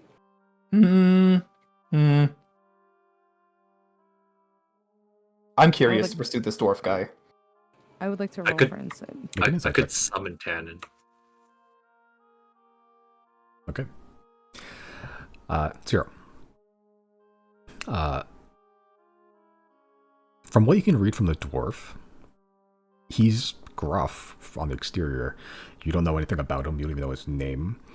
At least in the sentence he said, and his whole demeanor while you've been here, he seems at least genuinely supportive of you. That being said, last time you spoke with Alina, she did say that the Silver Tongue is a master of deception, and that to the point that not even detect thoughts could really break the lies. And she gave you the advice to use your own judgment, even if you believe everything. So, up to you. But from the insight check, he seems genuine. That is true. Chris can summon Tannen. I don't think this guy is Tannen, though. They seem unrelated at present. That's kind of the point of his whole thing, though. That is that we is would never be true. able to tell. That's true. But then we have to put sauce on literally everybody, and that's exhausting. Not for me. I'll be sus enough for all of us. You don't gotta. I got it. I got it. I could Hold my suggest that. beer. I could suggest that to everyone. I could summon a friend here who might be able to kind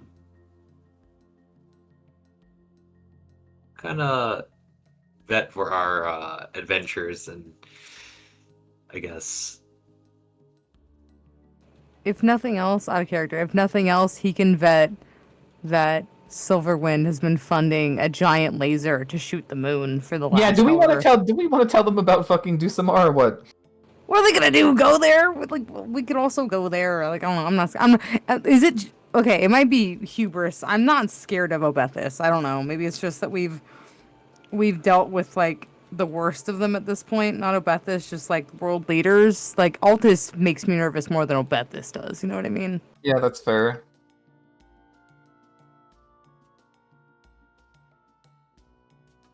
So I think it'd be funny to summon Tan and Lorig.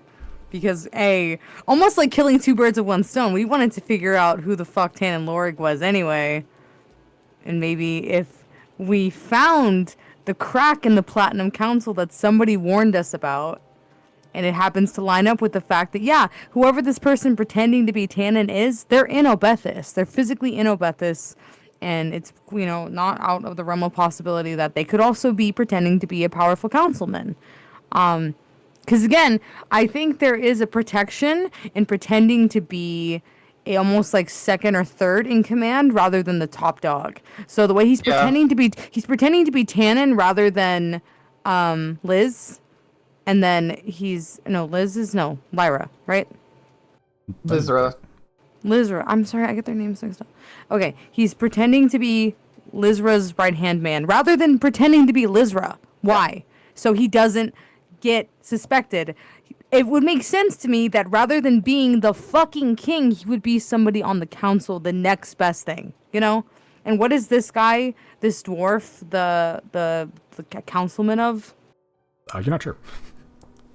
That's true. We only know who one of these councilmen are because he revealed himself to be the economy guy. We know that guy's name, by the way, right? Yeah, you know all the council people's names just because fucking. Well, we now have a profession to match the name, though. Yes. Well, you knew all their names because of Poe. You also know all of their positions because of other things. You just don't know what they mostly look like. I guess you did get a physical description of like dwarf or like like racial makeup. No, we know the economy guy now. Yeah, like, it's Joe Economy. That's him. Joe Economy. Yeah. Yeah. So like, even though he hasn't introduced himself, we could put his fucking name to his profession now. Yes. Probably. Yeah. I liked his explanation earlier. He was like, do you like the economy? Yeah, that's me, fucker. Do you like having money? Do you like things and having them? That's me. Yeah, you've been told the head of commerce was a man named Lero Damas. Okay, so that's Damas is this guy. Okay.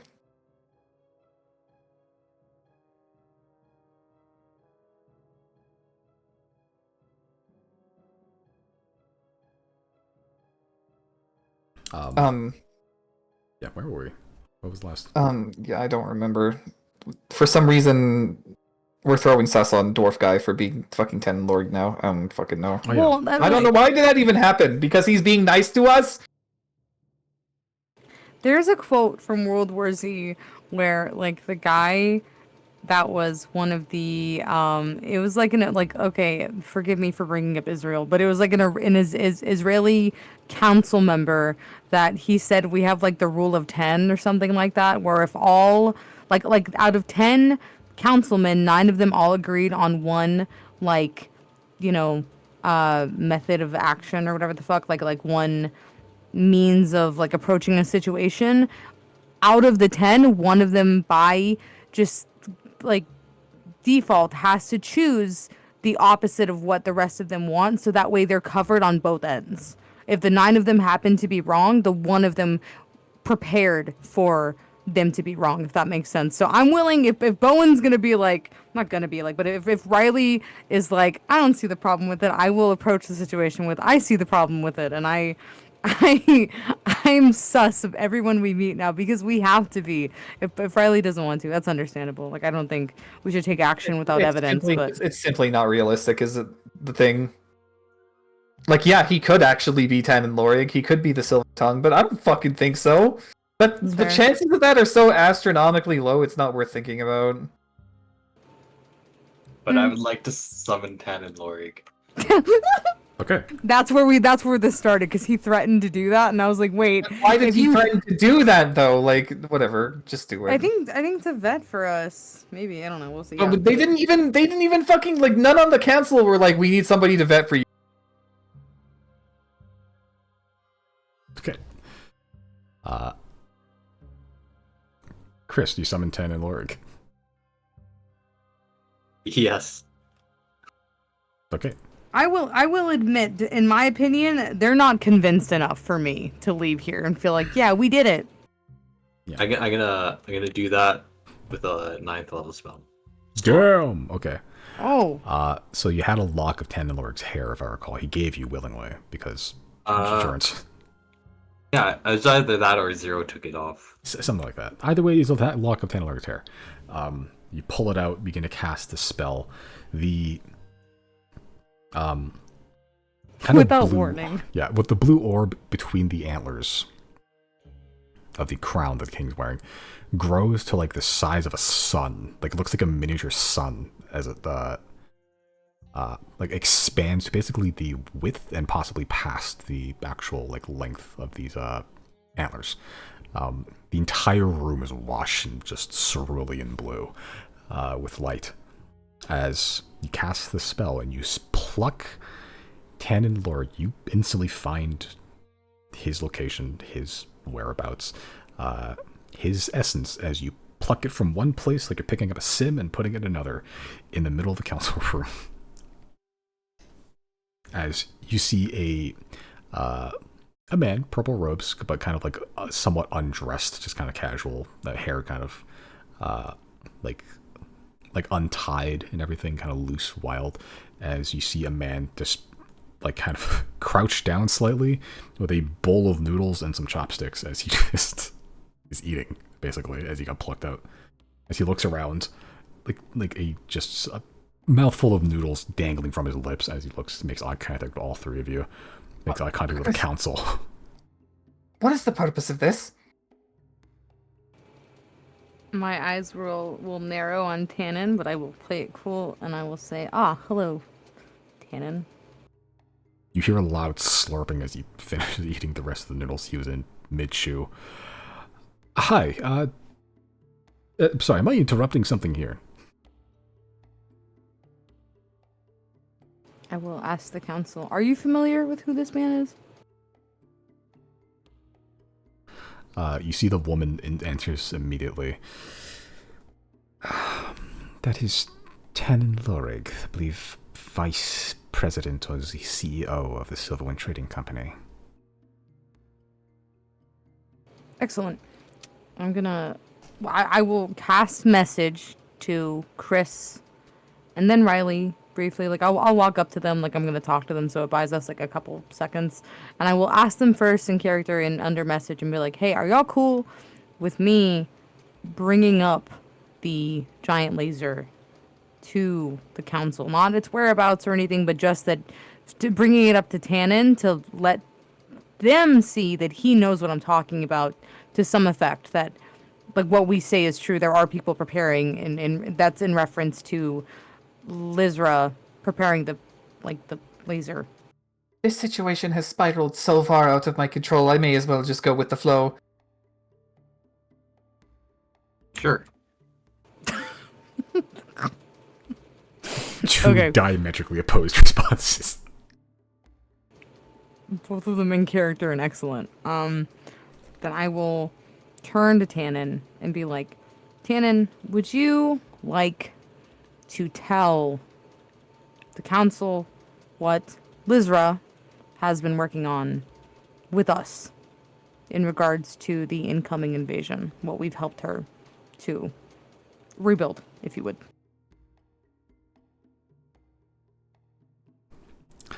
Make a persuasion check with advantage, because Tan and Lorig loves you. It's a shame we Sure. don't trust. Shame we don't trust him anymore. Did you say with advantage? Yeah. Oh, fuck yeah. Okay. Yeah, Tan and Lorig, as he kind of looks at you, just immediately gets the message. puts down the plate of like the bowl of noodles on the councilman's table, as he looks with all of them with this, grim seriousness, his mouth all washed with soy sauce.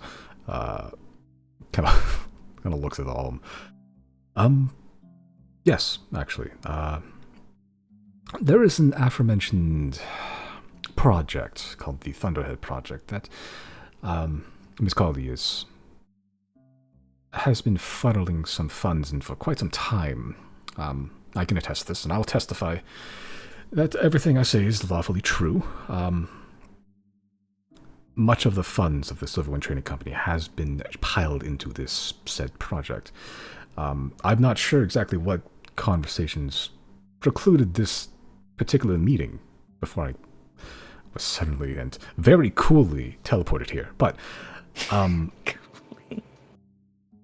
yes, if there is there are dire situations. He's looking at you, Zero, for like kind of confirmation that this is in fact what this is about. I give him a cool thug nod. Yeah, he gives you a thug nod back, but less good. There's a dire situation brewing, and yes, that the Thunderhead Project was a project from, well, it was found, I believe, with the express purpose to beat back this situation, but Liz Circaldi has since co-opted it.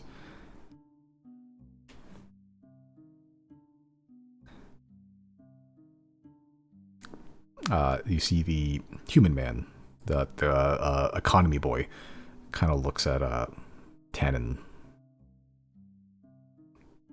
and just kind of says, well, makes sense why that company never actually branched out super far if that's where all the money was going.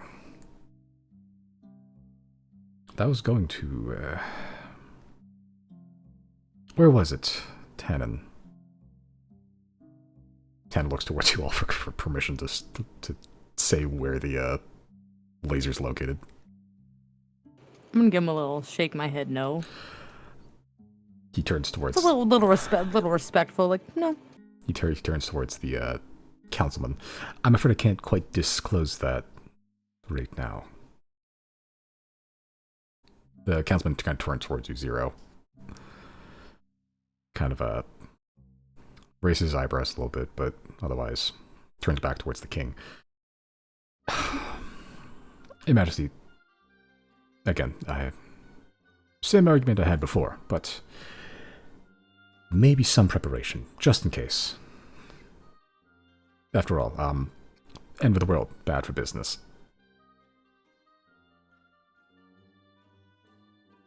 I need all of you to make a persuasion check to kind of sway the king.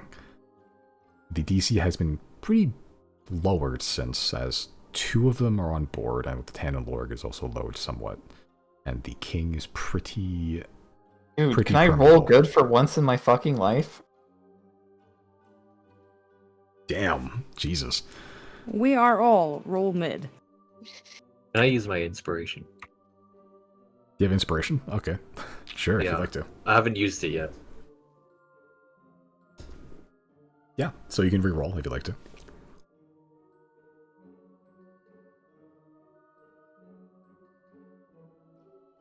Same roll. That's so disrespectful.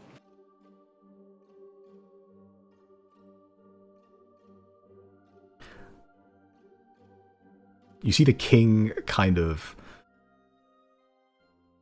The issue isn't that he decided against it. The issue is that he just straight up wasn't listening. You see, like, you look to him and his eyes are just like flaring somewhere else. Just as he looks back. I'll need to think about it.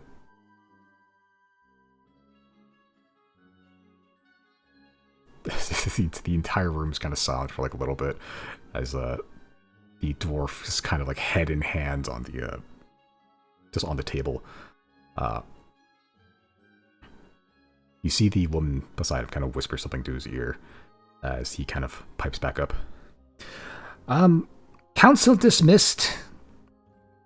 We'll meet again on the morrow, except you ragabouts.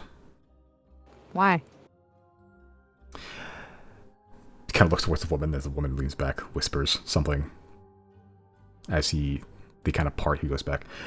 So that I may have a unanimous and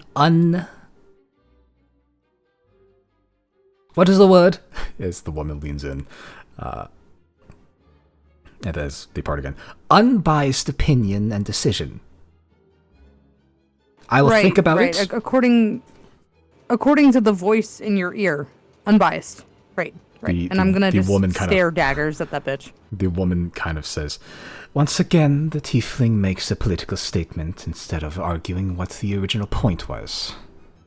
I'm wondering, are you, what's her name, Lyra? Lila Roseri. I'm gonna cock my head and look up at her and be like, are you Miss Roseri by chance? She looks up at you. Immaculate makeup. Mrs. Roseri. Oh, I'm aware. We got real... Never mind. I won't say that. Never mind. Never mind. Factories. Wait, what did you say? We're supposed to admit to terrorism. Yeah, I did some. I'm wondering if they recognized who we are yet. Like, surely they have to, right? If not affiliating us with the terrorism, if nothing else, affiliating us with, killing the Grand Arbiter. Our faces were plastered all over the city. My face is covered, but theirs isn't. Theirs aren't. Now my face is his face. Well, not the Arbiter's face, but his right hand's man. Right hand, his. The Ew! It is. Sort of, yeah.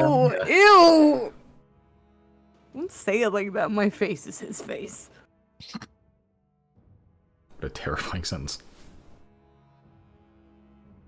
Yeah, but the king adjourns a council, I guess. As he sort of goes, all right, now off with you. I will forgive this one intrusion, but I warn you that if this is to happen again, the consequences will be dire. What's his name? The king?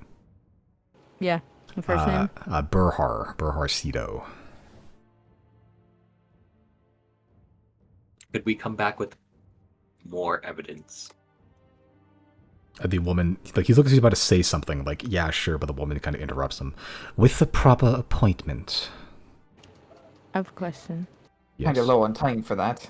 Do I have a document or anything in my inventory? I'm looking through and I can't find anything. What was on that letter between her and her husband that I found in that warehouse that we destroyed? Are you really gonna try and stir shit with her right now? Maybe not, but I'm just trying to recall what it says, and I don't see it in my handouts. Yeah, because I don't think I actually made a handout of that one. It was just kind of like if I recall, hold on, let me try to find. Did I make a note for that? Okay, I won't stir shit today, but depending on how their little meat bag comes up, I may stir shit tomorrow. Riley would like to try to pull aside the dwarf guy on his way out, if possible. Yeah, he hasn't left yet because you guys are still here, but on the way out, possibly. Unless there's anyone else wants to do in the council room. The meeting seems to be winding down as the king, despite all the pretty solid arguments, wasn't paying attention enough to really care one way or another, and has been like, I'll think about it. So unless there's nothing else to do, you guys will be ushered out. I have a question. Is there Yes. anything I can steal? On people's persons, there's actually not that much furnishings or stuff here to swipe. So like a pin on the little, I don't know, their little desks or podiums, wherever the fuck they were seated, their pins or anything? No, actually. It's just a pretty good, like, gray stone slab table, marbling, and like there's a long cloth that kind of runs the distance of it. But otherwise, no, it's pretty bare. Okay, that's fine. Between here and the exit, preferably between here and where the guards were left passed out, I would like to find something, even if it's just a pebble or a handful of grass or a little chipped piece of brick. I want to take something from this building. Make a sleight of hand check. Sure will.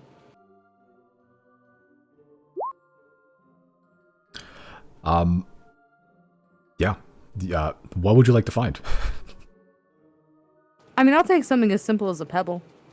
Yeah, you find the smoothest, shiniest pebble in the entire. It's like, it's it's a storied, historied pebble.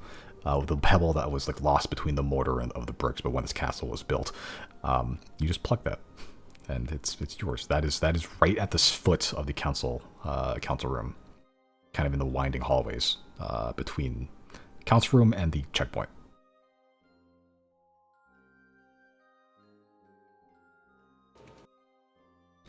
Okay. What's this building called again? The glass. The Glass Palace. Glass Palace. Yep.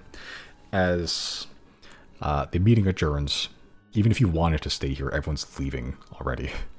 The dwarf kind of just pushes all of you out gently, and is kind of just following behind you all as you're heading down the stairs. As is the economy boy and Tan and Lorg. The woman and the king kind of stay up there for a little bit. I would like to sleight of hand Tan and Lord. Sure, make a sleight of hand check. You kind of go through his pockets, and you find a pair of chopsticks. Yeah, okay. As he goes to reach for his chopsticks, he took the bowl again. He's like, I must have forgotten the chopsticks upstairs. I'll give them back. Yeah, you slide it back to the pocket. Oh, there they are. He begins eating the noodles again. Just on the way down. He sort of goes, very cool teleportation, but what was that about?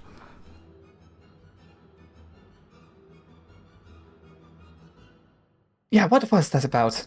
I feel like we had enough evidence.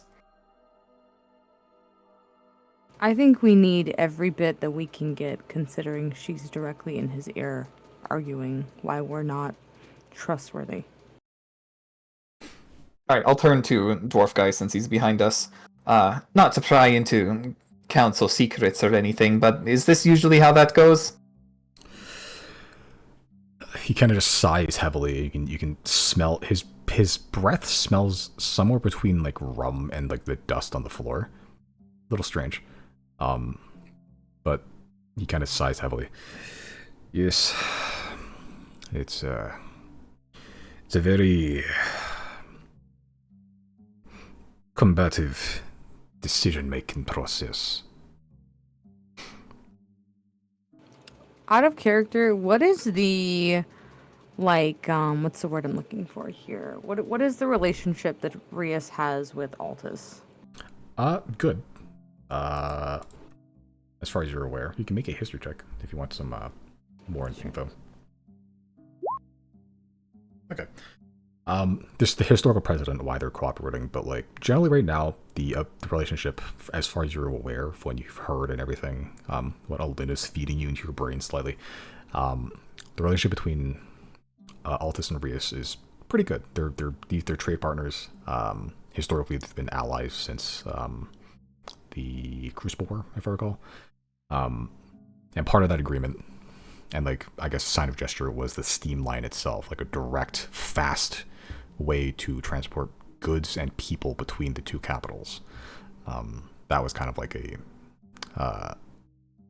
a major thing in their partnership. So they're on good terms right now, at least.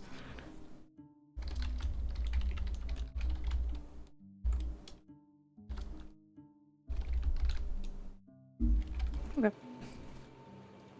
I'm gonna cast message to probably Chris first, and I'll just say, now that we have Tan in here, what do we want to do with him? I'll also cast it to Riley separately, but they can answer individually if they need to. I recall that's a hornet's nest that you stirred. So do as you wish. Am I able to sense aspects of divinity? You can try. Like, kind of tune into it, like, see if I can sense other divinity. I'll say make a... You can either make a religion check with a lower DC or make an arcana check with a higher DC.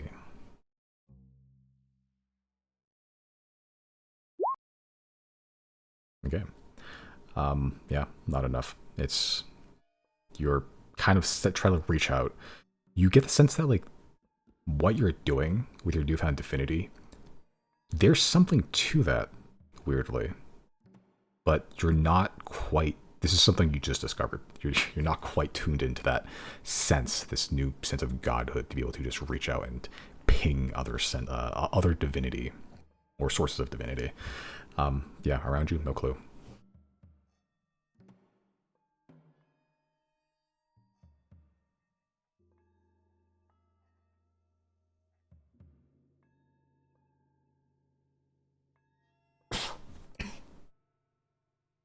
Yeah, but as you're kind of walking down... Oh, sorry?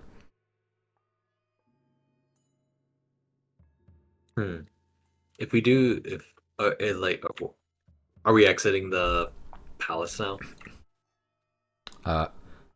You guys are kind of walking down the stairs, and as you hit the...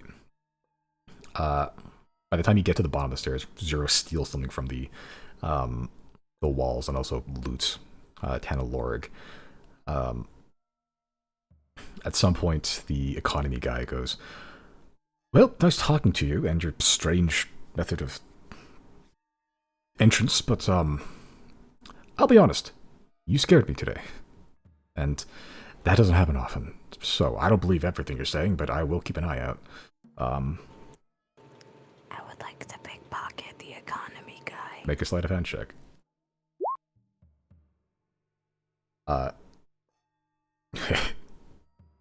As you pickpocket him, you do steal something. You steal like a pretty solid brass brooch that he had in his pocket. And then as you kind of pull, it kind of stops and yanks on some of his clothing. As you see like some sort of like sentient chain begins to like crawl out of his pocket and begin gnawing at your fingers. As the guy looks at what's happening, and he goes, "Oh, you're not the first one, boy. Good try, though." What is that? Can I see it? Yeah, it's a chain that looks like it has like a miniature bear trap on it and is like gnawing at your finger. It hurts. Oh, I want to ask him in character. I'm asking him in character. What is that? Show me that. As he kind of reaches to a bucket, he just pulls out like this chain that's like attached to something else in his pocket. It goes for a long time. He sort of just says, "That's an anti-pickpocket measure. I call it a little trap, but it's kind of like a honey trap, I suppose. You know, a lot of people around me get sticky fingers, and when that happens, I know who's skillful or not." I'm going to nod like I'm impressed and give him like a big pat on his, not big pat, but like a good like couple shoulder taps like I'm impressed, okay? Then I would also like to sleight of hand him again. Make a sleight of hand check. Damn it. Yeah, you sleight of hand something else, and like as you're doing it, the chain redirects attention and begins gnawing at your finger.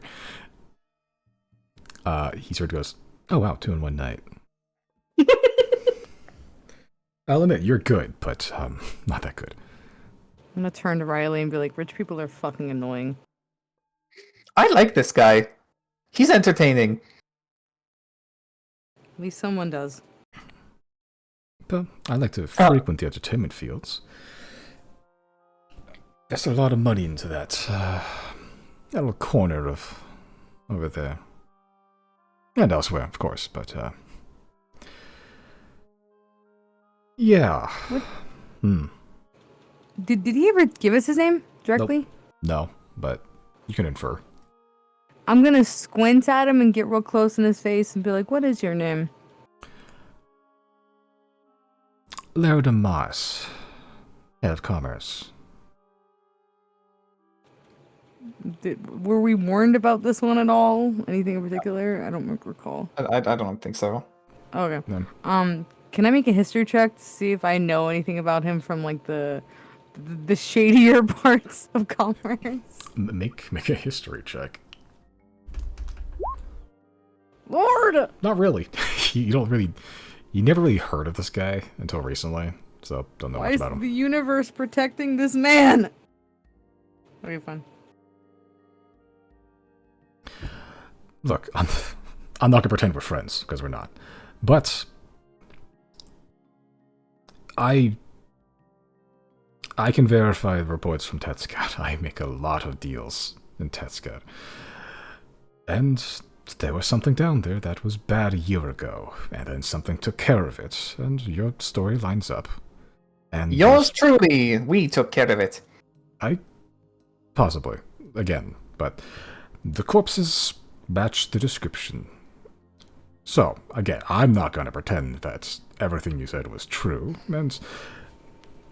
but, how can I say this? Would you? Back. Good.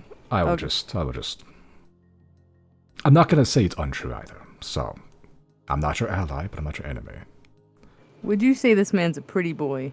Oh yeah, for sure. This guy is, I say this without hyperbole, he's a beautiful man. I'm gonna. Oh, good. No, like the dude has perfect hair, perfect teeth. The guy definitely has a skincare routine and goes for regular manicures. Okay, I would like to do something, but I will hold this action until we're like about to walk away and the boys have already walked away. I'll be the last one, and then I'm holding my action till then. Okay, I got to pickpocket him. No.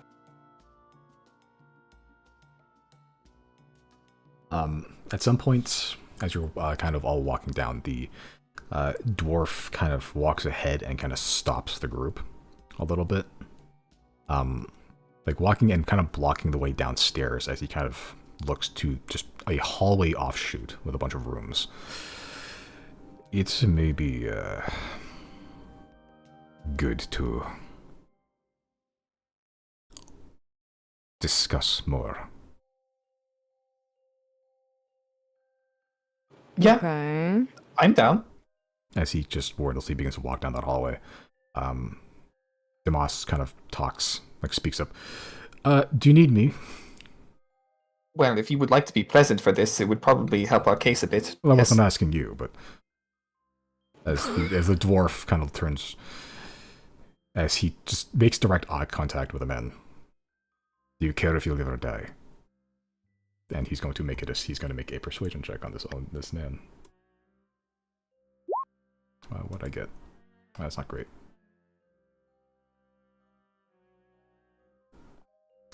The human man, Demas, kind of smiles and goes, I'm a bright, shiny boy, but I like to operate in a gray zone, so you have fun with your heroics. I'm going to go get drunk. Before he leaves, I'm going to lean into him, and I'm going to get very close, and I'm going to say in his ear, we would never be friends.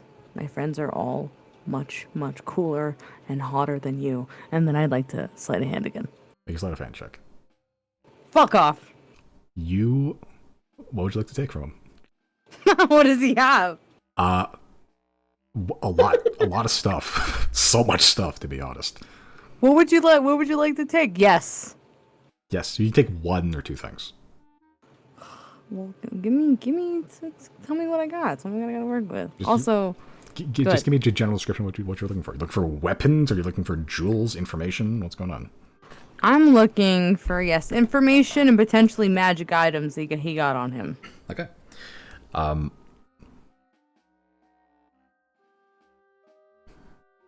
Okay. I'll say you pull a letter off of him. And you also pull a ring off of him. Okay. And the chain does not react. As you say, all your friends are much cooler. He sort of leans in. And hotter. That one's and important. hotter. And hotter. As he kind of leans in, kind of smiles, pats your face a couple times. But I'm much richer, boy. As he kind of parts and just walks down the stairs away from you, sauntering and hip swaying as he does.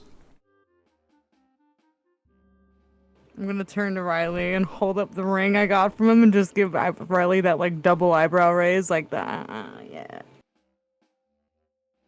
Well, he's less rich now. Slightly. That was one ring of like 50 he had, so. Also, I will be right back really quick. I don't know if Brandon's back yet, but I will be right back. Oh god, is everyone Like literally, I'm gonna run to my front door to grab my food that got here, and I'll be back. Not like a long beer.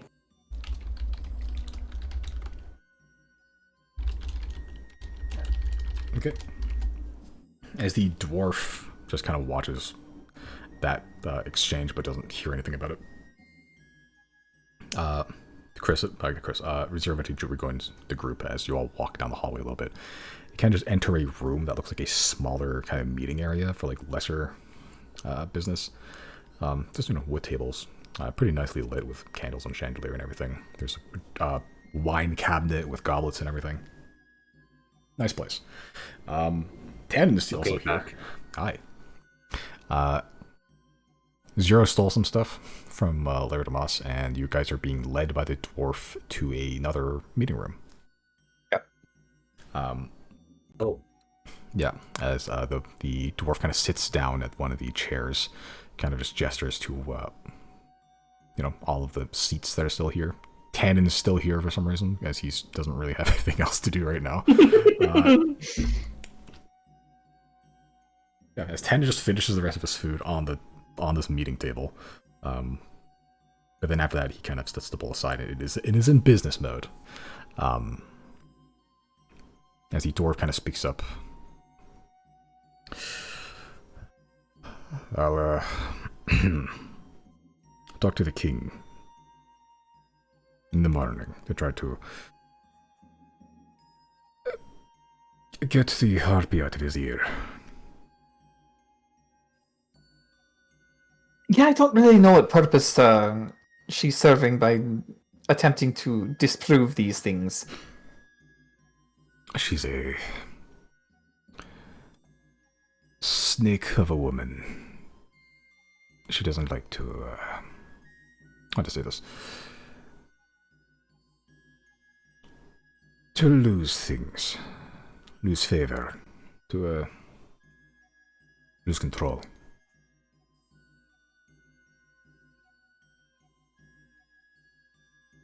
It should be said that perhaps,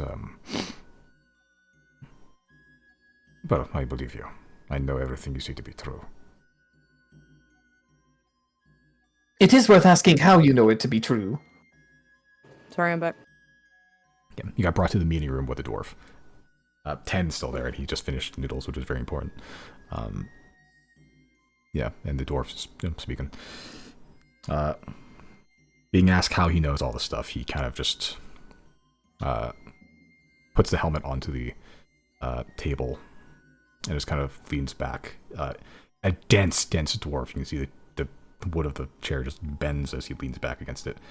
He kind of looks up, points upward again. Doing. I've been seeing him in my dreams recently, and I thought it was just a dream, but it's been happening for days and weeks.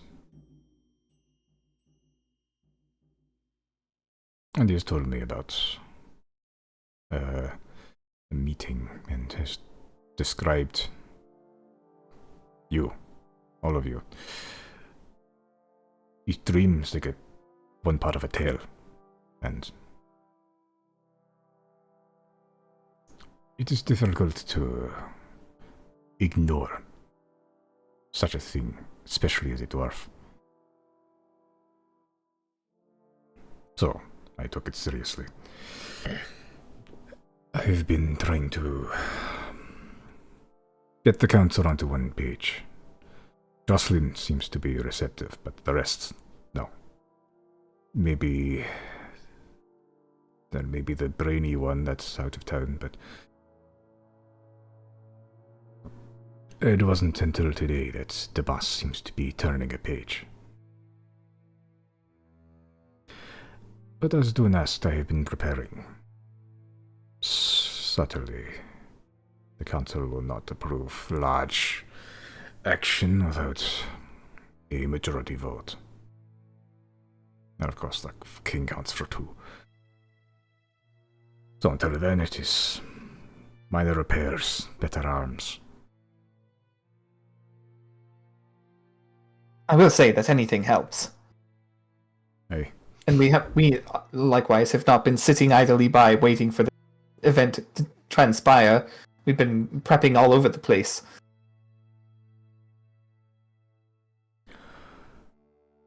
I imagine you have. I've been told you have. I've been told you've contacted the gods, do and old. That we have. So, either way, I came to tell you that, well, you have my support, whatever meager means that may be. We understand that you're working within a system that is weighted heavily against you as well. So do not feel inadequate if you are unable to curry favor with the king. Having seen the proceedings ourselves now, it's pretty obvious what goes on in there.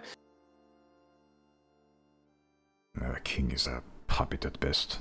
We all whisper things into his ear, but the harpy is the most persuasive, the loudest. He doesn't have final say if we all agree, but we rarely do.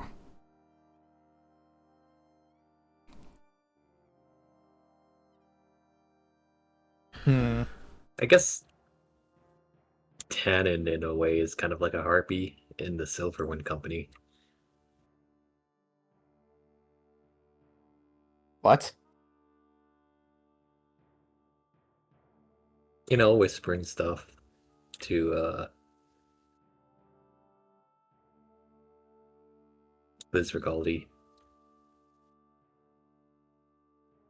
Tannen kind of wipes the soy sauce out of her mouth.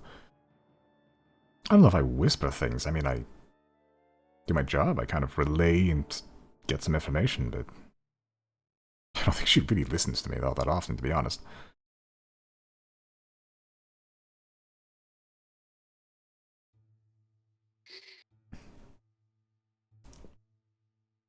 Another one who marches by the beat of their own drum.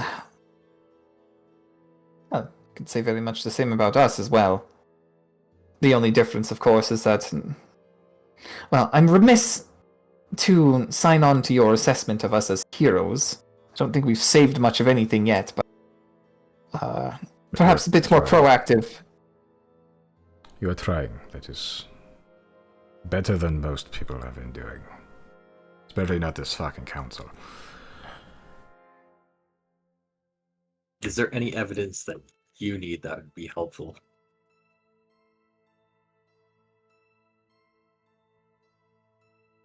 He kind of thinks for a moment. Kind of goes...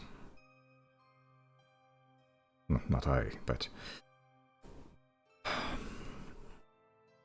I might be able to convince the king of granting more support, more funding for the defense and everything, and shoring up the towns outside the city walls. But to do that, he's... Again, the harpy's always in his ear. If we had more support from the other council members, we could get a better majority. And besides, no one that could really objectively convince him is in town right now. The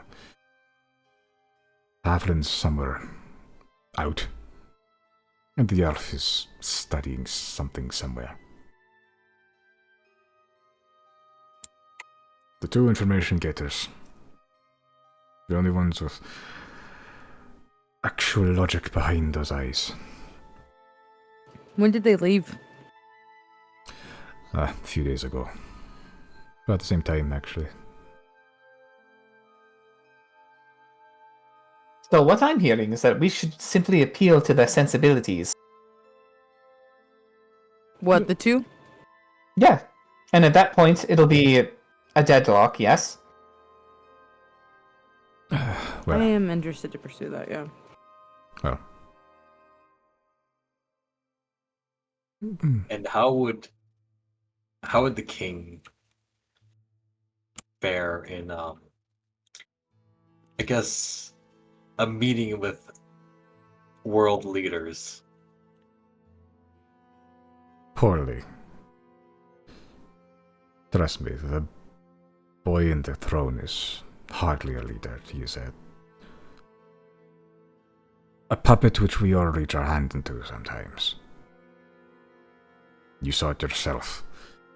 He makes all of the decisions in that room when she has his claws into him.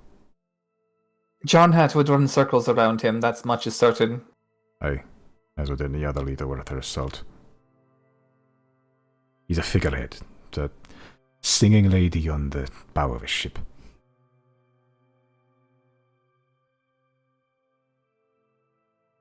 I'll turn to Zero. So yeah, when you're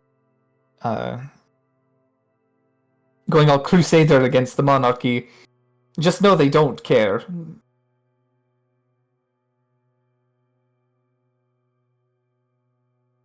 What do you mean? Well, you saw how flippant he acted towards everything, and you tried to call him out on that. He was never going to listen to that since.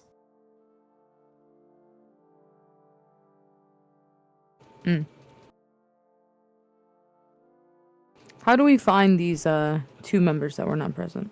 Do you know where they are? At least can we get their names?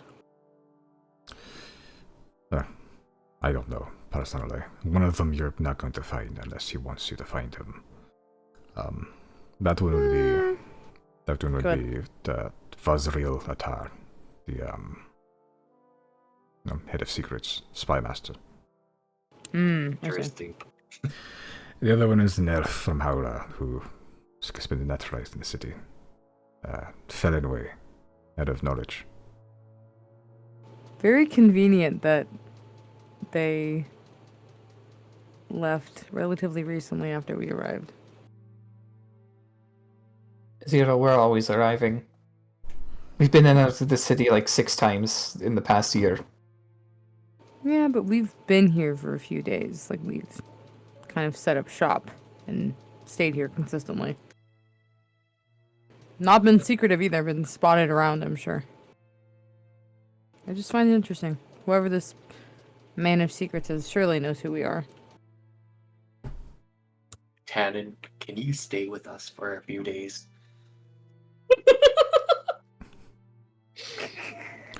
I mean, I can stay with you for the night, but I have a job to do. Like, literally, I have 9 to 5. Scared. I would like to run some experiments. If it doesn't take you several days, then yes, I'll be happy to do that. How about one day then? Make a persuasion check to get this man to take time off his job.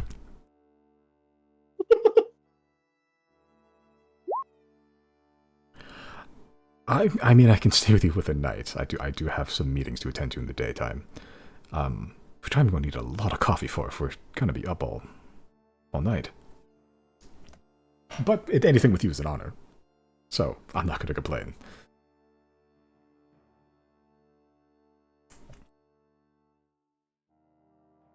Okay, sounds good.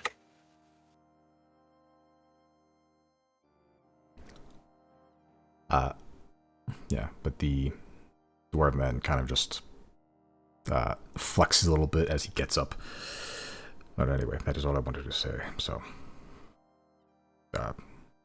see yourselves out, and good luck, genuinely. And good luck to you as well. As you just, Sorry for the commotion we caused today. no, don't need to apologize to me. I don't care. You have better things to do anyway. Besides, if you want my advice, find better avenues to get what you want. The council is one, but it will take a lot to get the boulder moving. Key points, strategic elements, fortify those. You already have the whole of the 10. That's a good start. Find others. Few outposts across the continent, so I think our odds are about 50-50 right now. I'll make sure Section A in Lowtown is safe. As he kind of mentally looked at the map in his brain. Well, not exactly the most dire of districts, but you do what you will. Good night. As he just Very well. leaves, he just leaves the room unless anyone wants to stop him. Nope. Okay. As he No, kind of and shuts I- the door, Good. and it's just your party and Tannen in the room right now. Is there anything in here for me to steal? There's a lot of wine, tons of wine, goblets in there. Like something relatively small for teleportation purposes. There's a little cake fork, if you like. I'd like to take the cake fork. Got a cake fork. I'll openly take the cake fork. I'm not even gonna slide a hand. I just take the cake fork. Yeah, as you just you take the cake fork, Ten kind of looks at it. Oh, we can steal stuff now. I've actually never really been this deep into the Glass Palace. As he begins taking stuff with you, he takes a little saucer. I would like to make a check of some kind. Sure. What would you like to check? I would like to play D&D. Is there anything okay, cuz there within the Hall of the 10 there is a Hall of Justice, right, for Dune? Yes, it's essentially the courtroom of the city. Can I make some kind of religion check or history check to see, do they own anything that, like, what's the word I'm looking for? Compels Secret people weapon. to tell the truth. Yeah, actually. Because, like, okay, like realistically, I know Misty knows there's a spell called, what's it called? Something of truth. What's it called? Zone.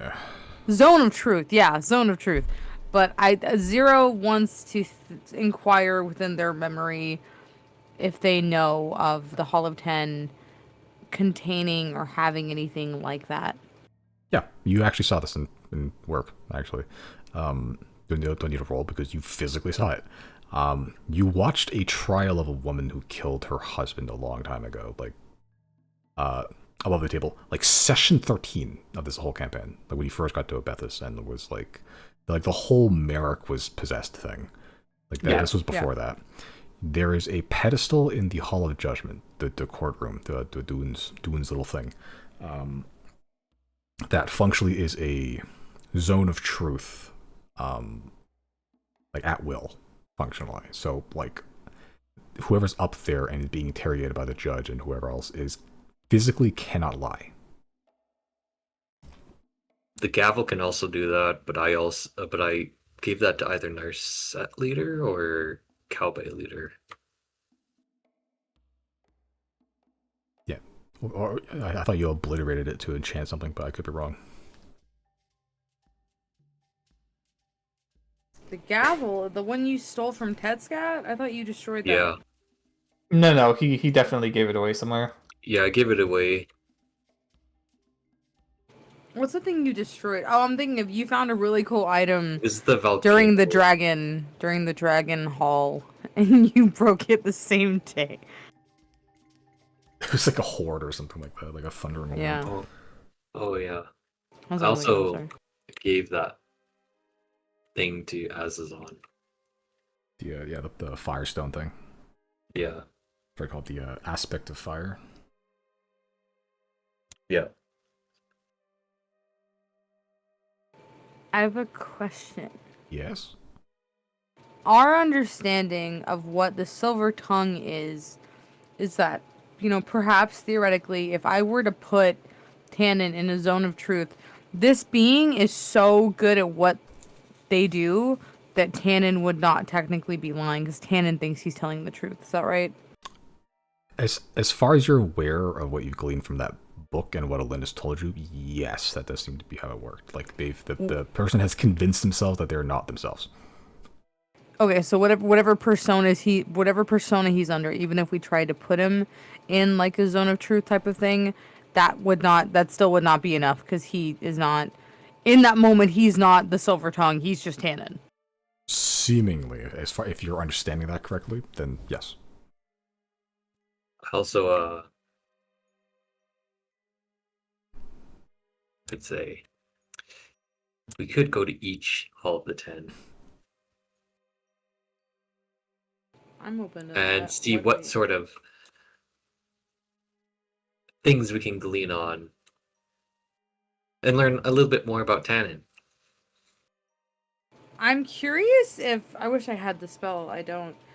If Christy, you have dispel magic. I do.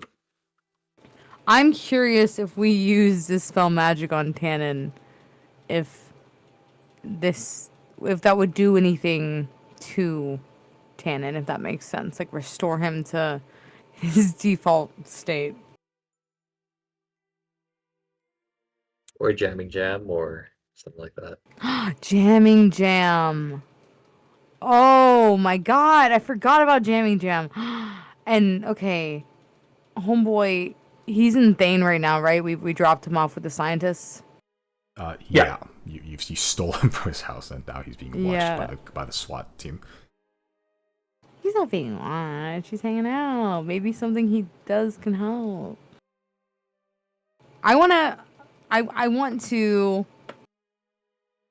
Oh, that's such a good idea, Chris. Sorry. I want to cast Sending to Gonig. Gonig, right? Yep, Gonig Gratz, yeah. I wanna cast Sending to Gonig and be like, hey, what do you need and how quickly, in theory, could you whip up some more of that jamming jam?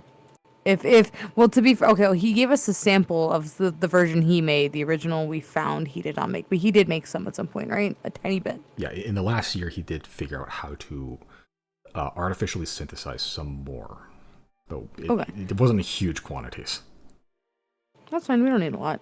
I'm gonna cast Sending to him and be like, hey, in theory, what do you need? What can I bring you? And fuck, I'm not counting my words. Hold on. Hey, could you make more jam? What would I need to bring you? Question mark. Send. Okay. He kind of gets the message.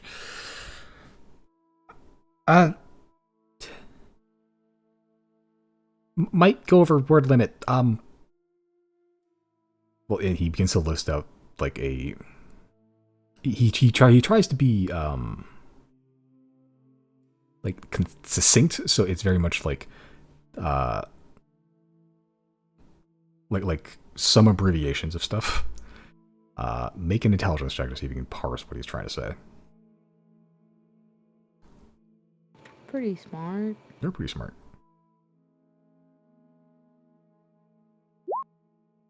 Oh. Been a lot of 11s recently. The gang rolls 11. Yeah. You get some of it, but like eventually he just does straight up go over the word limit, just accidentally. Yeah, you get the sense that like he knows the ingredients, but like the list is pretty comprehensive, and it's gonna take more than 25 words to get it.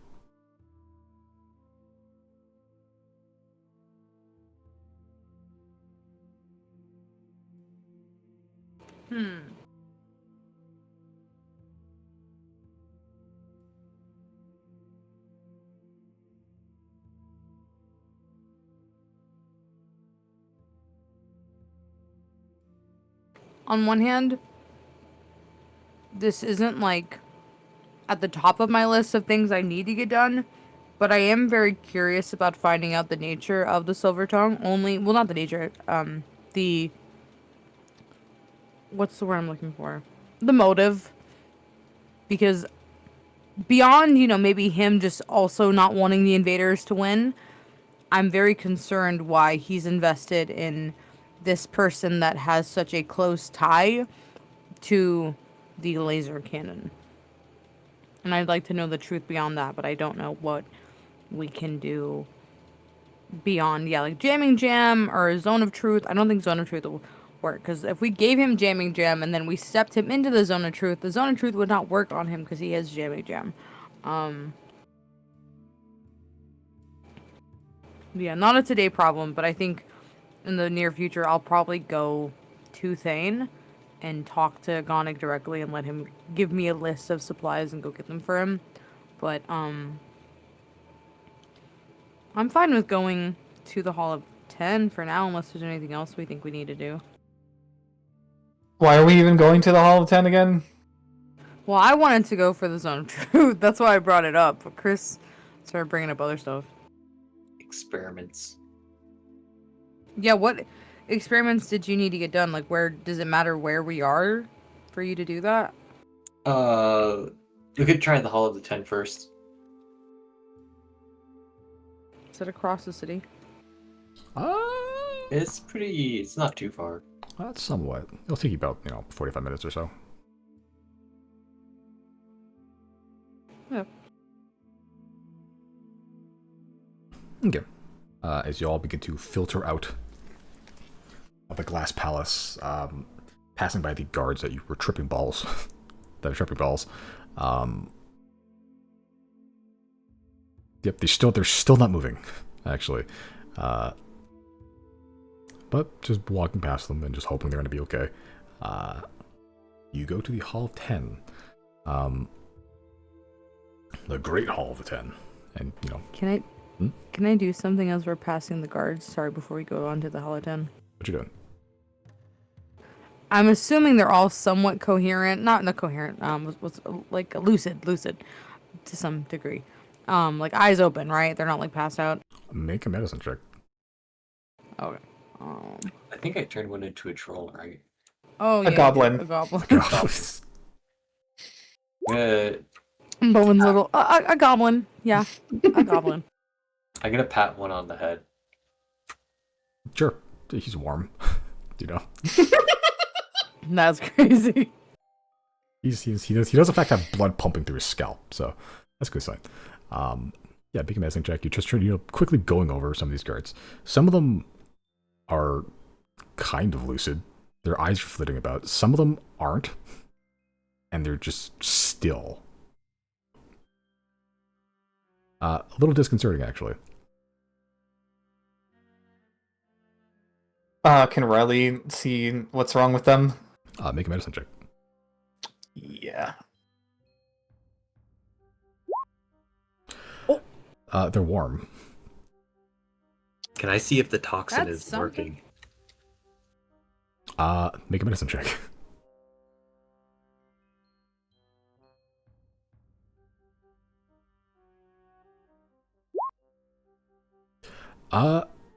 Some of them are lucid. Hold on, let me try to. What are the?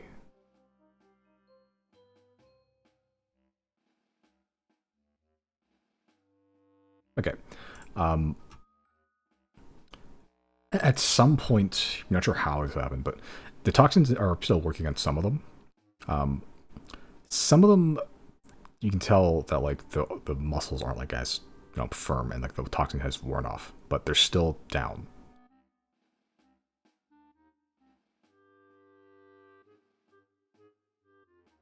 I see.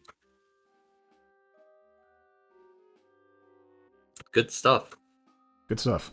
Whatever these drugs are, good stuff. And Riley's gonna cast Mass Cure Wounds and just see if that fucking does anything. Sure. It heals everybody, but it doesn't cure them of their condition. Okay. Hit points though, topped up.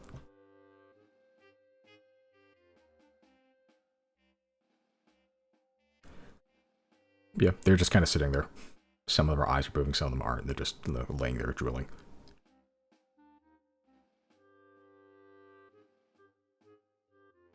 Okay. Want to do anything else with these cards? You want to move on and just hope they're okay by the end of it.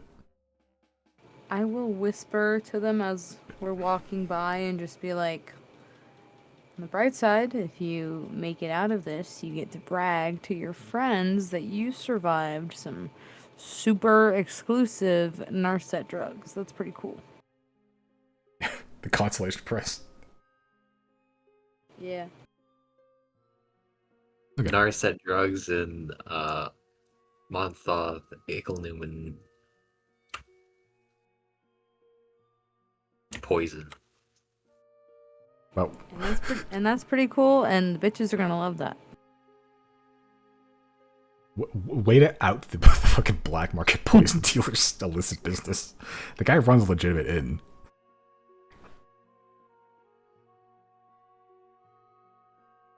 Well, that's his problem, though. That's assuming that even Lucid's even really, catch anything that you're saying. But either way, you move on. Passing by the streets and, passing by the monks still chanting and everything. You eventually head to the Great Hall of the Ten and climb the illustrious religious steps to the top. With Tannen in tow, who at some point picked up a hot dog from a vendor somewhere. And, yeah, climb to, like, the kind of, like, giant, huge Greco-Roman, like whitewashed pillars and giant walls. Yeah, or would you like to go first?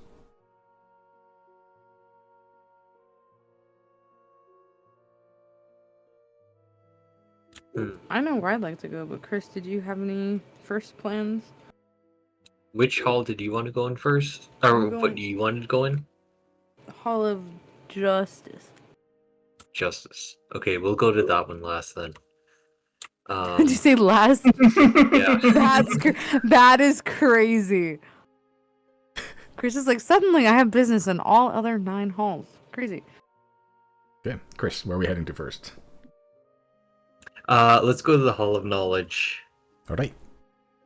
Yeah, and you find the huge library and the, I believe it's gnome, or half, small man. Whoa. It is I. Hi.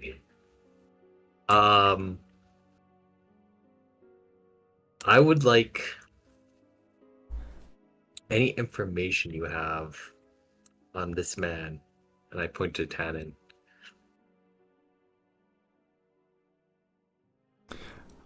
Yeah, you see the halfling man Bormold light kind of look up at Tannen. Tannen goes, "Hello, I don't think we've been acquainted." And he kind of shake hands. Bormold light looks at you. Well, okay. Well, first, sir, I have to ask: are you a historical figure? And I don't think so.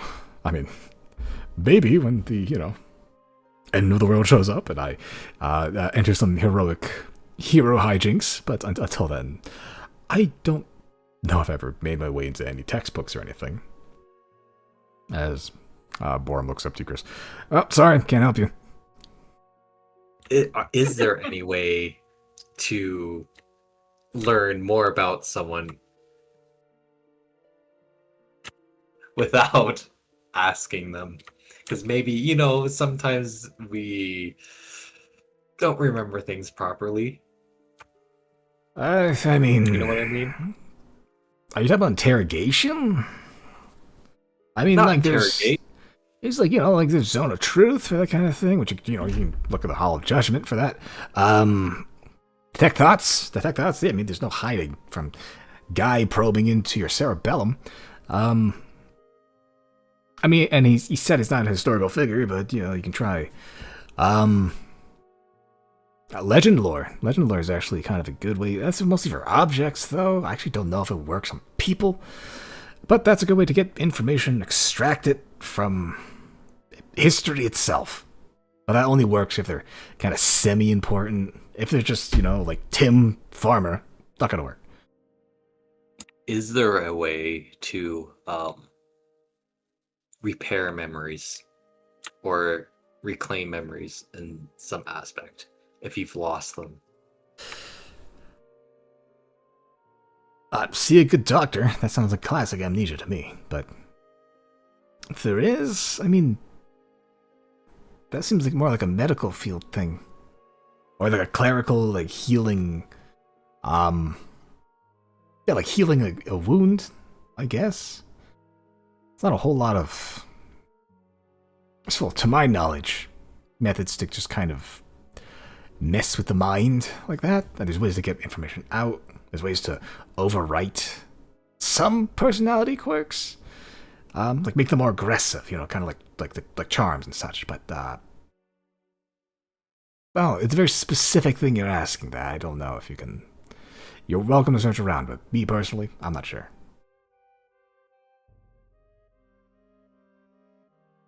Maybe I will search around, like, how do you reclaim memories, or Sure. Make or a, how would, or even like how someone could make someone forget something or something like that.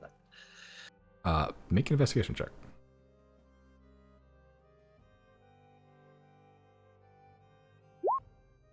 Okay. There is what you're looking for is very specific. This isn't like a school of magic. This isn't like a specific like type of like a magical arcane phenomena that is like repeatable. This is a hyper specific subject, basically. Yeah. You don't find a whole lot of information specifically. You find adjacencies mostly. You find stuff like, you find stories about like demons or devils like taking memories from people, or like finagling with like political alignments with like by selectively rewriting or like removing memories. You get pointed to a couple spells, like Feeble Mind, which basically renders someone super dumb and unable to do very much by just overwriting their brain and like their most of their being. I've experienced that. Yeah, exactly. There's a spell that does alter memory specifically. I forget what it's called. It's Modify Memory, which actually isn't that high level, but like that's probably the closest thing you could find is the spell Modify Memory, which does take one memory and just or doesn't even take one memory. You can just add or remove memories to just kind of rewrite history for a single person. But there's limitations to it. It's a 5th level enchantment spell, and it can't. The events that you alter can't be older than 24 hours, and it can the range of time you can alter can't be longer than 10 minutes. So any event from 24 hours ago, you can alter 10 minutes of it, and it's permanent until they figure it out. But even then, that's part of the spell, is that they have to justify whatever the altered memory is. They have to justify all previous and future events using that memory. So like if something happens that's incongruent with the new memory, the brain justifies it somehow. Like if they forget they're stabbed or something, they'll be like, oh, I must have tripped and fell at some point in my life. Stuff like that. That being said, they can remember their memory, either by removing like other spells that restore like conditions like Greater Restoration and stuff like that, or if something directly contradicts that memory, they can start making saving throws. Make an Arcana check, actually, now that you found some of this information.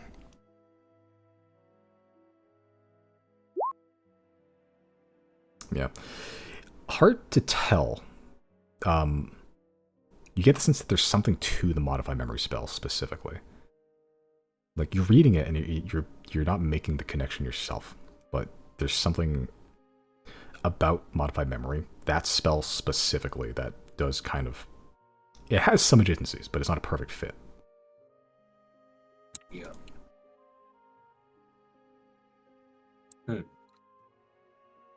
Yeah. On that subject, that's about all you can find.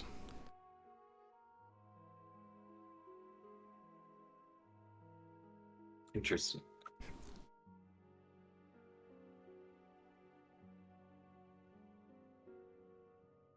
I guess we kind of found everything that I needed to here.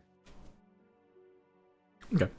yeah, as you take the information and just kind of re-enter the atrium with your compatriots. I'm assuming no one else is doing anything at that time. Riley will stave the urge to fish. Okay, as you're seeing all the, you're looking in the Hall of Waves, and it is nighttime, and you're seeing like spectral sharks and like whales float by above water. You've been there once, and like the entire place is kind of like a trap now. But yeah, it's probably related to that. He knows. He's been in. Yeah, Okay, Chris, where to now? Or whoever else wants to do anything in the Hall of Ten.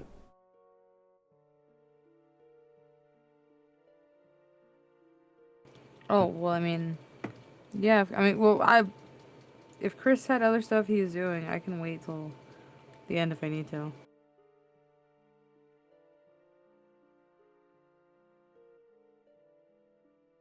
Okay, Chris, what you doing? I think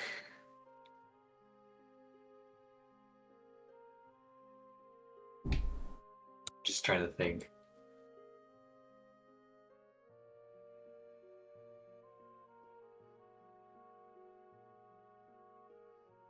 I think we could go to the Hall of Justice next and do that stuff.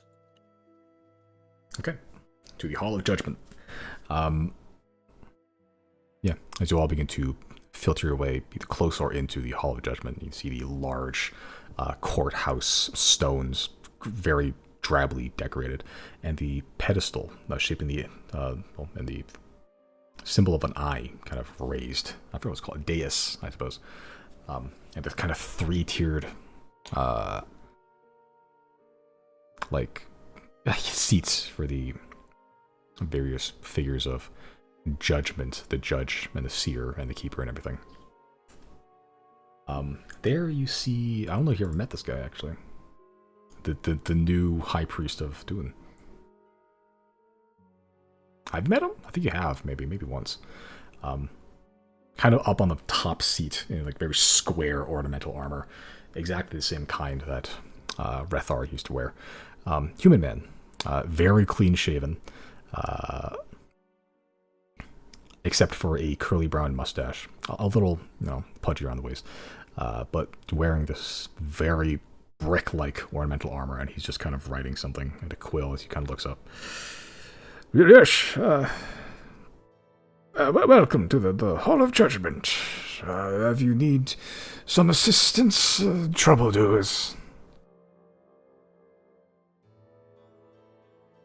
Yeah. Can I, what do I have to do to be able to utilize that old Stone of Truth you got? Well, you have to commit a crime. Commit a crime and then you'll be judged within. Oh, if you want to, it's for interrogation purposes, and you have to be approved by myself and the seer.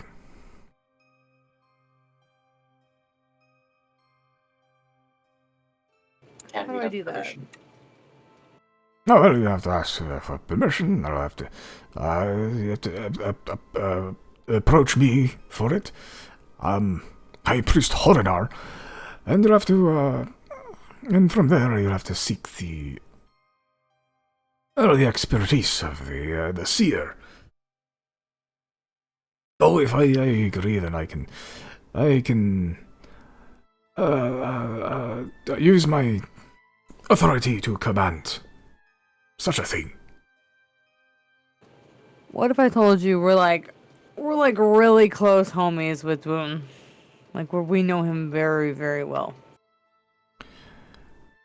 Well, that would make me quite happy that you seek a proper and righteous way of living. Such as I. A trait we both share in common. But that doesn't expedite my application process. Is that what you're saying? No, the wound is very orderly and by the book, such as I. How fast could we do it by the book? Oh well, you know, it depends on the urgency of such a matter. We have till the end of the night. It's quite urgent, but please, what is it? What is it you need specifically? Well, who is the condemned? What are you trying to pull from the person? I'm gonna put my hand. Is Tannen still here? Like, I know he's with us, but has he left? Has he done anything since we arrived here? He's found a ketchup packet, and he's applying it to his hot dog. I will tell like Riley and Zero what I found about the memory stuff in the Hall of Knowledge. Yeah, probably on the way to here, but modify memory. That seems to be kind of at least the key, like a key suspect. Nothing connected permanently or definitively yet, but that seems to be a good avenue to explore. Okay. And grab Tannen by his shoulder and just point to him for the high priest. The high priest kind of looks at Ted and, what dire crime have you committed, young man? It's like, he kind of looks and he looks at you all. I recently stole a tea saucer. He did recently steal a tea saucer. The high priest kind of looks towards you all. That does not seem like such a dire crime, and he just admitted it. It was from the Glass Palace. Make a persuasion check.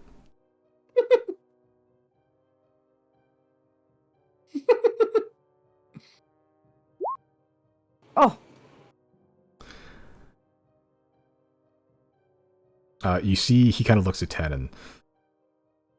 Oh, young man, I have cause to believe that hot dog is a stolen property. I'll have you confiscate it. The tenant goes, okay, I was just applying the mustard, but okay. And he kind of hands the high priest the hot dog. And he goes, I will forgive this transgression this time, young man. You are free to go. As the high priest begins to write something and consume the hot dog. I'm gonna put my hand up to the high priest and be like, Sir, I have not been fully honest. Tannen did commit that crime, yes, but he's also, I fear he slept with my wife. I'll happily roll for deception. Claudine? Make a deception roll. Okay.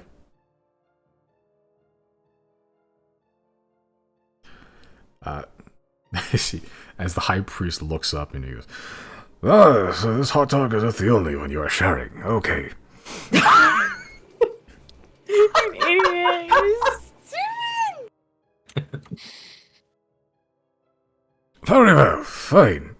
I have some spare moments, especially with this delightful treat that suddenly has appeared in my hand. So, as he just kind of leans back, stay here. I'll try to find the seer, and please, you young man, you must stay in the circle of the eye. And he just grumbles as he leaves the room, hot dog in hand and everything. But it's you guys, in the courtroom for now. Why are we bullying Tannen again? Yes, why are we bullying Tannen? I'm not happy exactly, but I'll acquiesce. But generally, why is this happening? We're hanging out, Tannen. Are you not having fun? I feel like I'm being interrogated for something. I mean, I don't really have a reason to lie. I'll tell you anything. Seriously, no. I mean, this seems unnecessarily complicated. Tannen, we're just hanging out. What do you mean? Did I do something If he did do something you probably don't remember. Tannen, we're just being silly. Isn't this like a bucket list thing or something? You get to brag to people that you came to the Hall of Truth with the Zodiacs. I mean, I have a bucket list, but I thought it would be like, riding horses across the field, cutting down goblins, not being brought to a courthouse. To be fair, we have never rode horses across the fields cutting down goblins before. Oh, well, I guess that's not in the books. Like, pulls out a novel. Huh. Okay. I find that they're very susceptible to vicious mockery, though. They're not very bright. Like the spell or like the action? Both. I guess they're kind of interlinked, huh? I mean, I guess I dabble. I mean, I'm not exactly. That's like a bardic thing.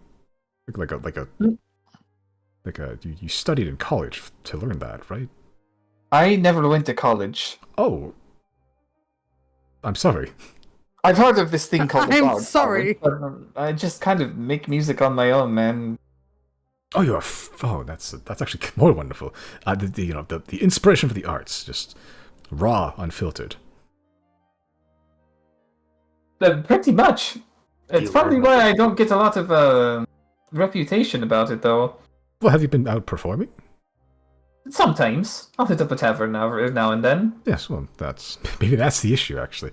Every now and then, it's kind of like what is it? It's like a pop show. You just kind of like show up and you stun the crowd with your magnificence, but then you leave, and then it's been weeks since anyone's heard of you. I mean, unless it's really, really good, which I'm sure it is, but that doesn't tend to stick in the minds of the populace very much. I can maybe put up some flyers and posters. I can be your marketing man. Oh, that's all right. I think I travel too much to be put down by schedules for show appointments. Well, maybe you don't actually need a schedule. Maybe you just need a loud voice. Like every town you perform somewhere at least once, sing, dance, all that thing. I mean, a lot of traveling troops don't really have a set schedule either. Well, some of them, but some of them just show up as a surprise, and because of that, how unpredictable they are quite the talk of the town. Okay, you're selling me. So, maybe just a matter of frequency, and not necessarily, of quality or anything. Just maybe do more.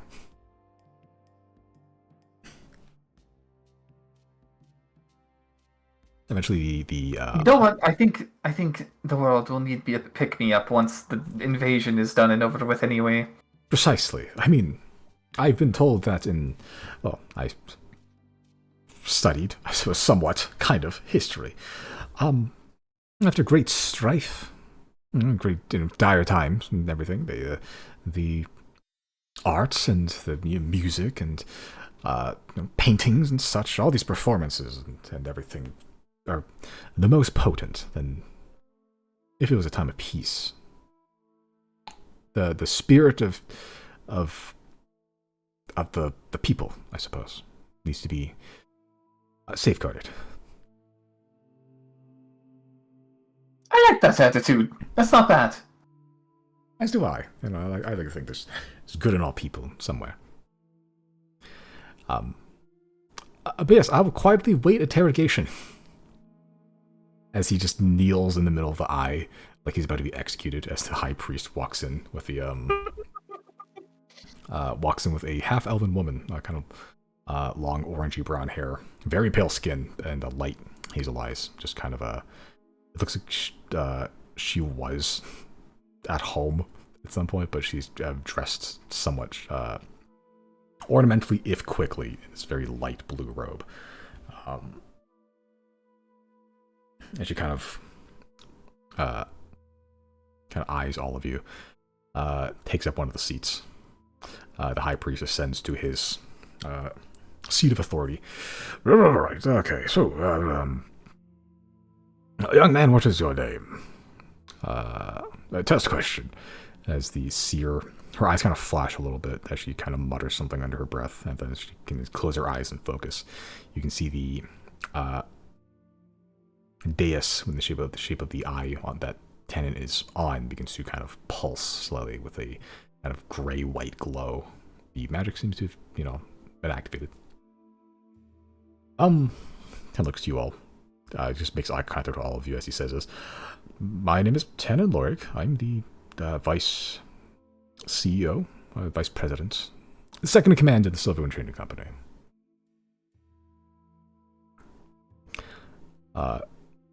The high priest goes, okay, let's get down to business, I suppose. Did you sleep with this young man's wife? The Tannic sort of looks to you, Zero. I don't think so. I didn't know you were married. But, no, not to my knowledge. As he says that in the zone of truth. The high priest kind of looks towards you, Zero. Your suspicion is unjustified, young boy. Perhaps. May I ask a question? You ask me a question, I will ask him a question. May I ask him a question? May I ask him a question? You may ask me if you may ask a question. You may tell me the question, and I will ask him. I'm gonna look to Tannen directly. I'm gonna be like... I'm going to look to Tannen directly, and I'm going to ask him, what do you know of the Silver Tongue? Tannen kind of looks at you with like a hint of confusion as the high priest goes, young man, what do you know of the Silver Tongue? Tannen looks to the high priest. Nothing? I don't think I've ever actually heard that term. It's cool. Maybe I should adopt it, actually. Tannen Lorik, the Silver-Tongued, That's a good one. Where'd you hear that, actually? I'd love to know, if that's a publicist, someone's marketing themselves to the Silver Tongue. I just don't want to step on anyone's toes, if that name's already taken. Yeah, it's taken. Oh, well, okay, unfortunate. But, it's cool. I like it. Could I ask a question? You ask me a question, and I will ask him the question. Can you ask him, does he have any gaps in his memories about his childhood or life? Young man, Mr. Lorik, do you have any gaps in your childhood or your life, in memory, lapses of memory? Pen responds, no, not to my knowledge. I was born to my mother. My father left at a very young age. Never knew him. He's probably dead. My mother's name was Alyssa. Alyssa Lorik. I was raised wealthy, but affluent enough. And I got some of the best schooling, but I didn't exactly have the, I guess, the wherewithal to really just dig nose deep into the tomes. I was kind of more of a people pleaser, more of a people person. And it wasn't too long before I began to take my first forays into business, and that is where I really shine. Life leads me here and there, jobs here, working for this company there, and eventually I land the numero uno Silverwind Trading Company, the prominent mercantile company in Rias. I think that about sums up my life. Very briefly in a couple sentences, but, I hope that's adequate. He kind of looks towards you all and does this kind of playful cringe, is that okay? I don't know. How many days ago now was that fire in... I think that happened last night, 2 days ago maybe. It was very recent. Yeah. I think that was last night, if I recall. I'm gonna tell Tannen, explain to me the last 48 hours everywhere you were. Mr. Lorig, if you could please explain your whereabouts for the last 48 hours. Honestly, it was just kind of day to day. I mean, I haven't heard from you, in some time. I mean, I'm worried, but I have full confidence in your abilities, so, you'll come to me if you need something, or you will just shunt me into another reality somewhere else. But, well, I woke up, I had my morning coffee, and then I did some paperwork. Just kind of to keep our mutual goal a little hush-hush, make sure everything's okay. I had, keeping contact with my contacts. That was most of my day. I had lunch, a little sandwich with some lettuce and ham. What else did I do? Oh, yes. I took a little break after that. Played a little snooker, little club, somewhere in the Gemstone Center. Went to bed, had my nightly tea, and then next morning did, morning coffee. Keeping contact with my contacts. Trying to spread word, put some feelers out into our mutual goal in a city of import. Had lunch again. Donut, for this nice bakery, actually. It does fabulous cupcakes. And nightly tea, went to sleep. I'd like Actually- to try something. Oh, Go then, ahead. then today I did most of the thing, and then I got mysteriously pulled into a seemingly intense meeting while I was having my lunch or dinner noodles. I'd like to try something. What would you like to try? Am I able to walk into the zone of truth with him? Yeah, I think so. I'm just gonna walk right over to him.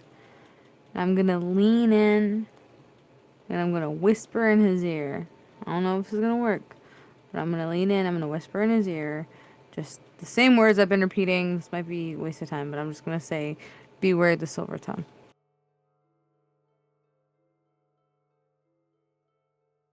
Yeah, he's kind of whispering into his ear. He hears it. I'll try. I mean, you said the name was already taken. Is this like a specific entity that I should be aware of? I'm gonna give him a big pat on the back. I'll take that as a yes. So, okay. If you have like a physical description of the man, I'll be wary. Does he literally have a silver tongue? Because one, that'd be very cool. I will turn to the priest and just be like, "Thank you, sir." And I will link arms with Tannen and lead him out. Yeah, this is my pleasure, young man. I will, put this hot dog into lock and key as he finishes the rest of it. Yeah, the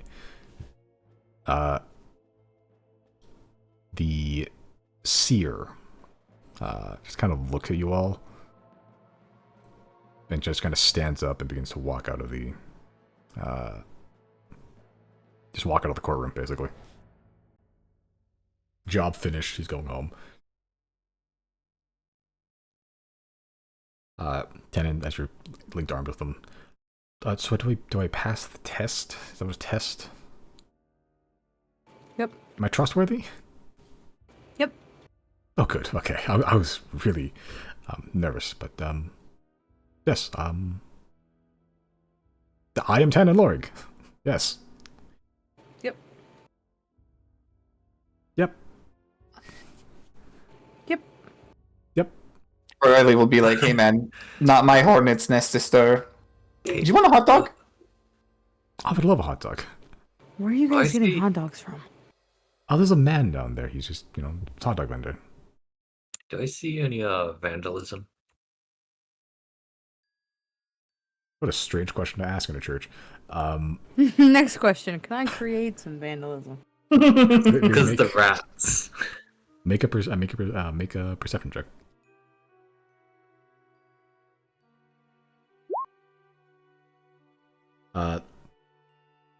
Under there in the center of the Hall of Ten, there's just a kind of string of pillars that have to keep the roof up, and on them there are just like what are they called, as carvings into the pillar of all 10, and on one of the pillars specifically, at the very bottom, scratched into the bottom plaque, where there's all the 10. There's Arwen, there's Dune, there's Ebel, there's Cooks here.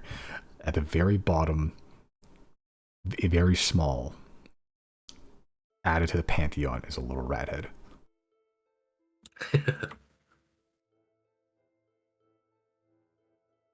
Amazing. Roll D100 actually.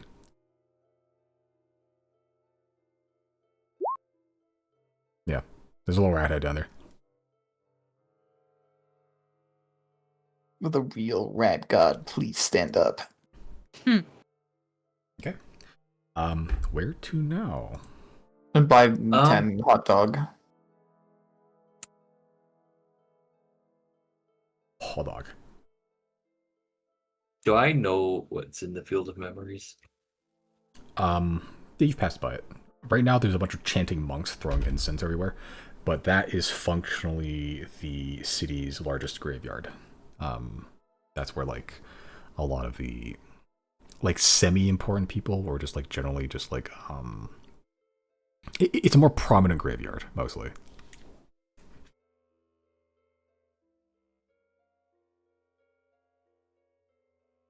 Maybe we could take a stroll through that. Okay. As you all kind of pick up, head out the Hall of the Ten and begin to head toward the Field of Memories. That's a little bit of time. You just kind of be weaving through some of the tombs and the mausoleums and the gravestones. The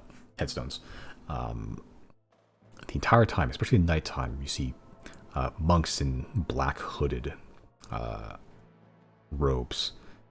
Barely see their face, just swinging this sickly purple pink incense around through incensers. And they're just walking through in a line between the headstones, just chanting. And they've been doing this ever since you've got to Abethus after GodCon.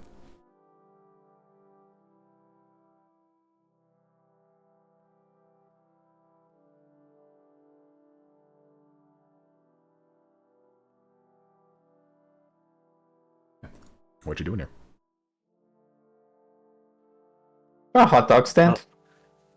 There's a guy right outside the cemetery selling hot dogs. That's probably where Tannen got it from to begin with. Yeah, I'm gonna go get Tannen his hot dog. Hot dogs, get your hot dogs here. Yeah, you get a hot dog. That'll cost you exactly 3 copper. Hefty price. Sure. You know what? I'll get a hot dog for 2 of the priests as well.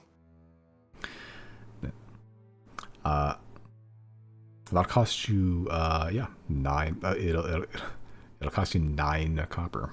He rounds it up to a silver because he's an asshole.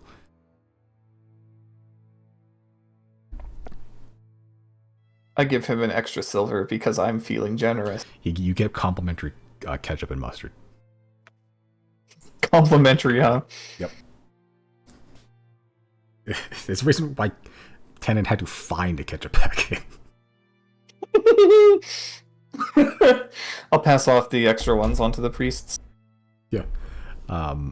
As you approach the priests, with 2 hot dogs in hand, and also one for Tannen. Tannen just leaning on someone's gravestone, eating a hot dog. This seems somewhat disrespectful to do in a big graveyard. As you hand the hot dogs to the priests, make a persuasion check.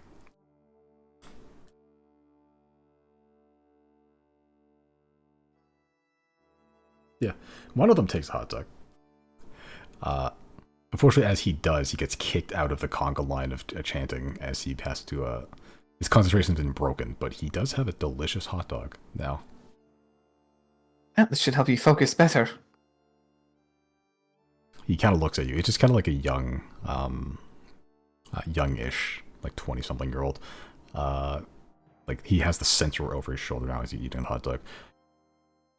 Well, I don't remember the last 8 hours, but yeah, I think so. Yeah, even more reason to eat now. Oh yeah, no, I needed this. What's your name? Riley. He kind of pauses mid-chew. Like Xodiacs, Riley? Yeah. He kind of looks at the rest of you. He looks at you, Zero. And you're Zero? I shrug. He kind of looks to you, Chris. And you're Chrysostomus? Yes. He looks at Tannen. And you're Jana? Tannen goes, Oh. no, I'm Tannen. I'm the... He looks to all, looks at all of you. Jana retired a long time ago. Oh. Well, yeah, okay. Well, anyway, I've been making quite a splash recently. Yeah, we're kind of cool or whatever. From what I've been told. Yeah, thanks for the hot dog. Enjoy. Oh, I will. I'm going home. As he just leaves with a hot dog in hand. They are now one piece short, but that's okay. You do have an extra hot dog. Anybody want this? What's Azek right now? Is he a hawk still? I think he's some kind of bird. Last I checked, I think, Probably a hawk or something like that. or like an owl. I'm just gonna lock in with hawk. Can I summon Azek and then let Riley offer it to Azek if he wants? Sure. Yeah, Riley, as you offer the hot dog to Azek just, slowly pecks through it. Eating the meat, specifically, and mostly just the meat. Like the sausage itself, kind of leaving the bread. Icky bird. There's nutrients in there. Azek looks you directly in the eye, Riley, and Zero, you only you hear this. Bread is evil. Oh my god. Azek being keto was not the reveal I wanted from this session. That's crazy. Zero, I know he's telling you something. What is he saying? He said thank you. He's full. Riley will eat the bread. It was on the floor in the graveyard, but Does he look full? Never I mind. thought Riley will... I thought he was eating it out of Riley's hand. you could Yeah, that's what I was thinking as well. Okay, if I'm a majority vote, you eat it out of your hand. You can eat the bread if you'd like to. Yeah, I'll eat the bread then. Never Eat the mind. bread. Let's go to wait. Riley shared a hot dog with Azek. That's very cute. Zero, in your mind, as staring at Riley, you just hear in your mind, Zero, dirty bread eater. Oh god. Riley is known to eat a lot of bread. It's right behind fish. I'm gonna turn to Azek and I'll ask him out loud, be like, why? He looks you directly in the eye, Zero. I'm joking.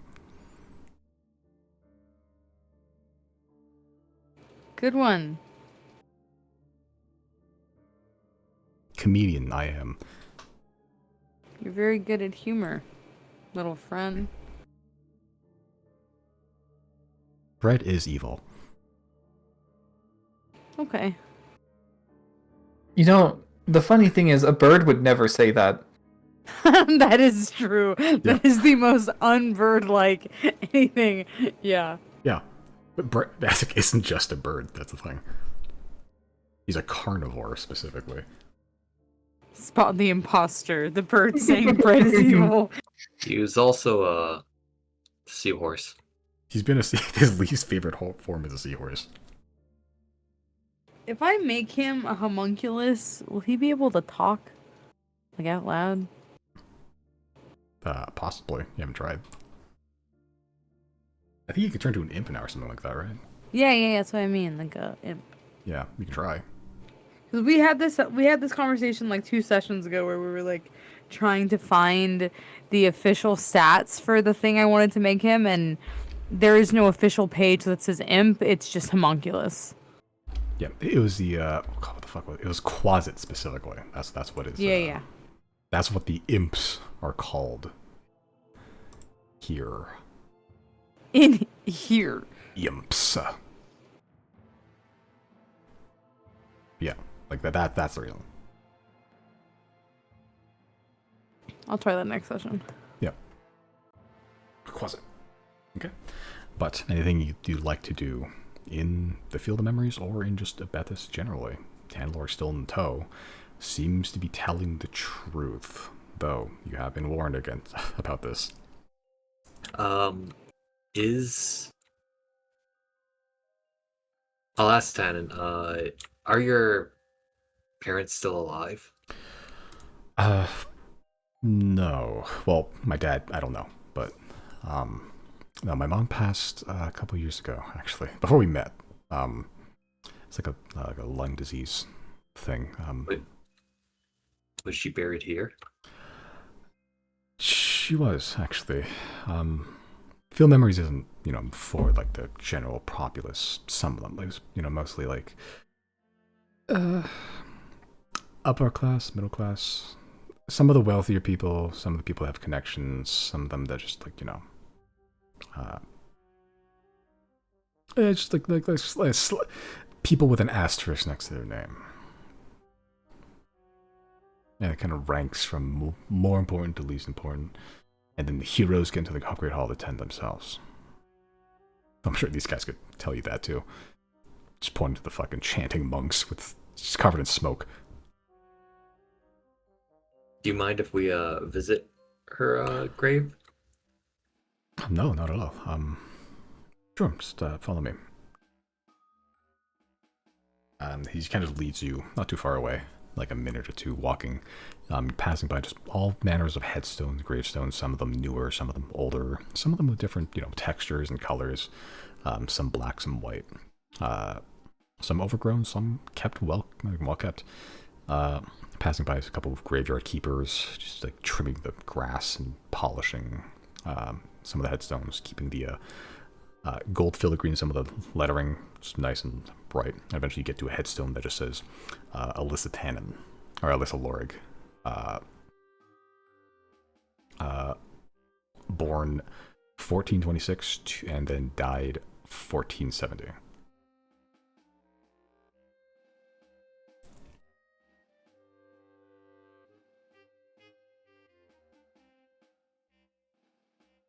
That's a bit short, it would seem. Yeah, not a full life, but 50 years is a good run. Riley looks at his watch. I'm almost 50. Oh, if only humans were blessed with such extended lives, though I guess blessing may be a little insensitive. Longer life means more misfortune.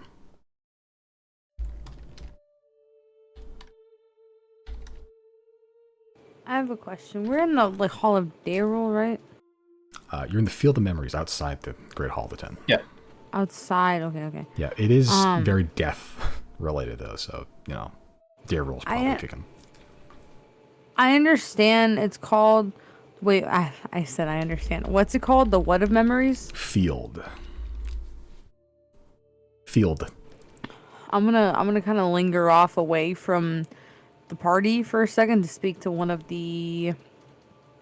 There's like dudes in cloaks, right, praying that we saw.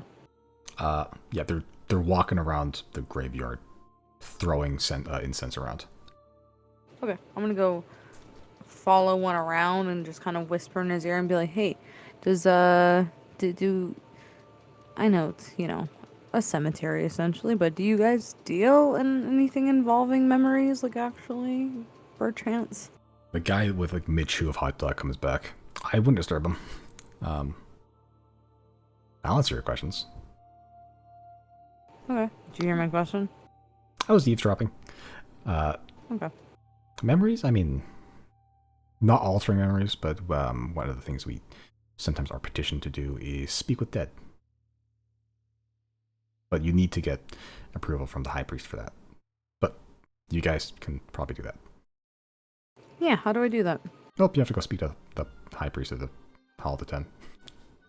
I think I'll go do that, and I'll sneak off away from the boys. Yeah, it'll take you some time because it is some distance to the Great Hall of the Ten, but you can do that. Could I do something? I was just curious if there were any other Lorigs around this grave, or are they in alphabetical order? They're not alphabetical, but make an investigation check. Oh, okay.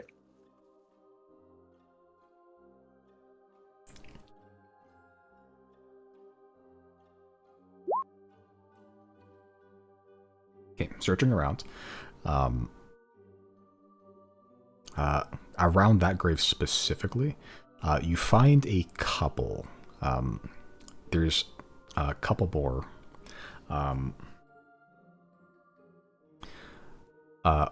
One that says Kel Lorig, which seems to be like a brother. Like they're born around. Alyssa and Kel seem to be born around the same time. Kel seems to be the older. Not sure if it's brother or sister, but died a little earlier than Alyssa. There seems to be a large mausoleum that seems to be a Lorig tomb with probably ancestors down there.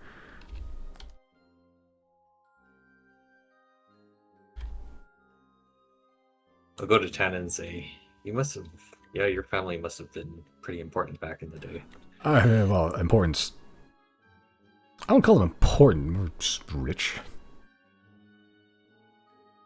I'll be the first to admit I was kind of born with a silver spoon in my mouth, but I like to think that I kind of made it myself. I didn't just coast off the fortune that my ancestors got. I tried to make a name for myself. Is my point. You seem to work hard. I try to work hard. It's nice for you to say that. Actually, thank you. That does mean a lot coming from you. I'll conjure up a rose and put it in front of Elise Lorig's grave. Sure. I really get to use this playlist. Yeah, because you want to conjure up a rose. Don't know how long that'll last, but yeah, you could just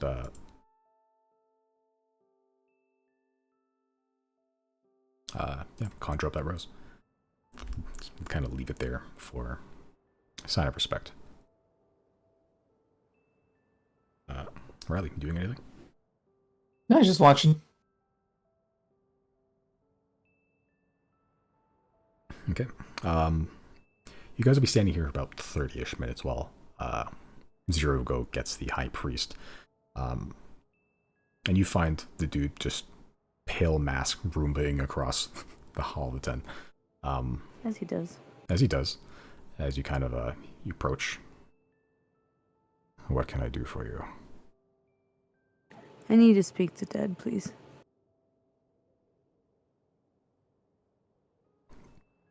He just kind of waves a hand and out from the tomb, almost as if waiting for you. Kind of a... To call it a creature would be disrespectful. It is a person, probably. You can't see the face, much like the Roomba man. But it's not really covered with a mask like he is.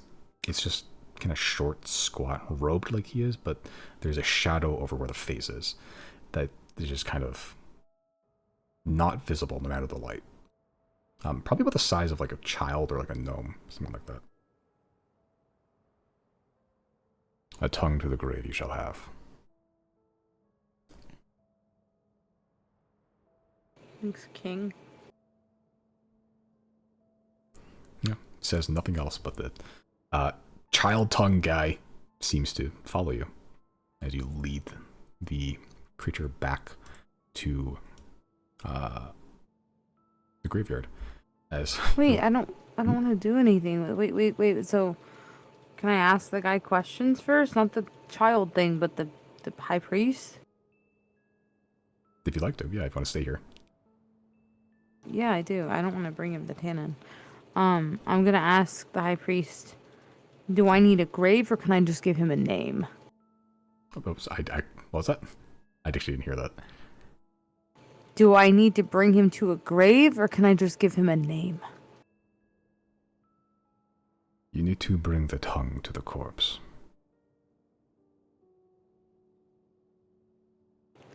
There is no corpse. Then the dead cannot speak. Unless you wish Wow. to wait for next year. At hold on. What was Good. I actually need to look. I actually need to consult my calendar. It's Daryl's Gate. Daryl's Gate. Yeah, that's passed. Yeah. Yeah, I'm gonna look at him. I'm gonna be like, sir, respectfully, I don't know that we have till next year. And I'm aware of This- this. This is pertinent. Is it possible you could speak to Miss Daryl herself? We're kind of cool. It is not a matter of want or inability. It is simply not possible to pull a soul directly, converse directly, when they are already in the afterlife, outside of Daryl's Gate. The gate is an invitation for those to when the realms and the veil between are thinnest. Those voices can speak on that day, that night. Without it, it needs a vessel. It needs a tongue, literally. That is why a corpse is needed.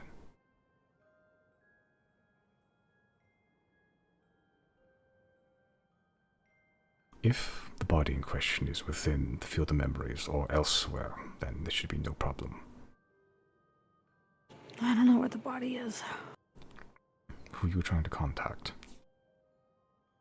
Did he say who? Yeah. I'm going to lean in and I'm going to whisper to this man, Tannen Lorig.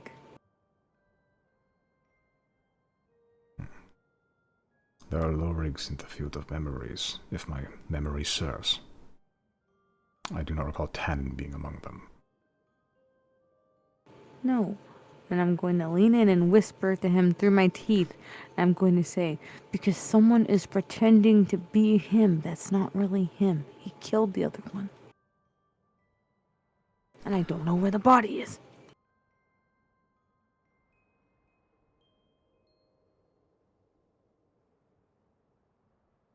Make a persuasion check.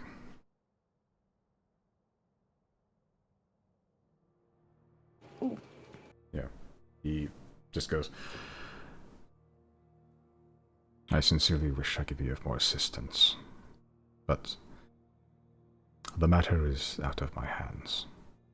It is not possible to converse with the dead outside of the physical corpse. A manifestation physically for their soul to re-enter. Soul is even too much strength to give what enters. It is an animating force. Daryl's Gate is when the souls truly can speak. Without a corpse, not possible. Yeah, right. I'm gonna respectfully return his little guy to him. It just kind of hobbles down the the stairwell.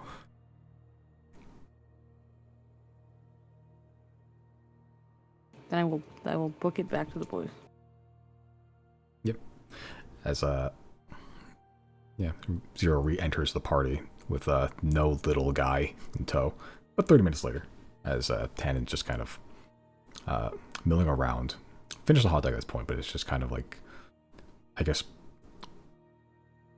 yeah, paying respects to the family graves, basically. Alyssa and Kel, and the mausoleum.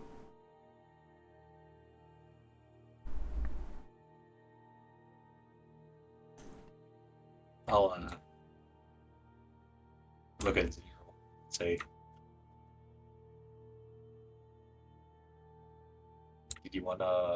did you talk to the priest?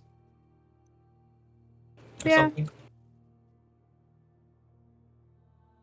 Yeah. Oh, I thought they would be coming out here.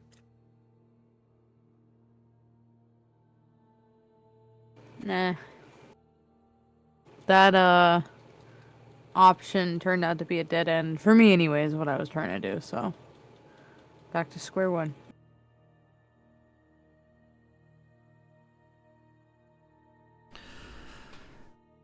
I think I'll subtly nod towards Elise Lorig's grave.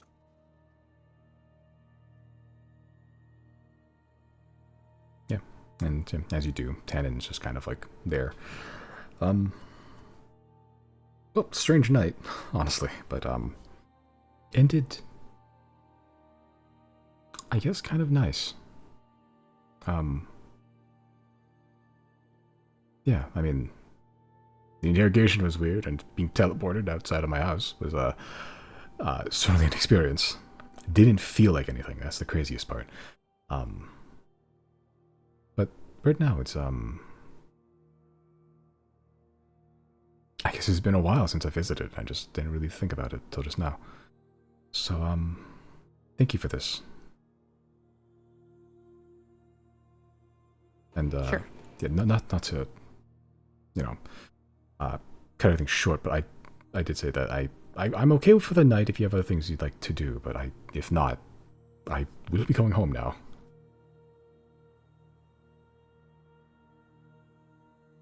I think we should let him go home.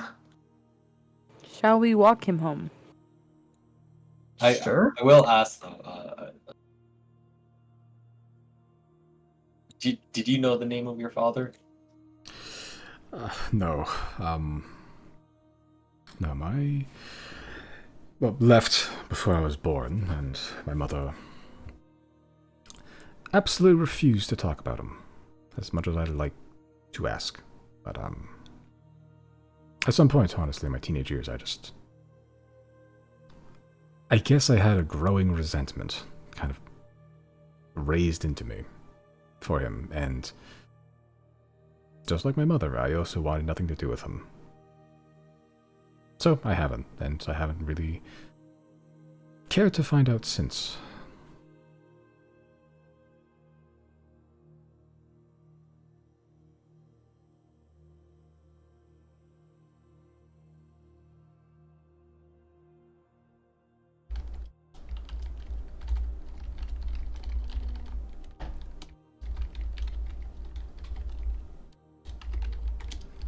Well, I guess the question still stands. Can I go home? I mean, you said you can.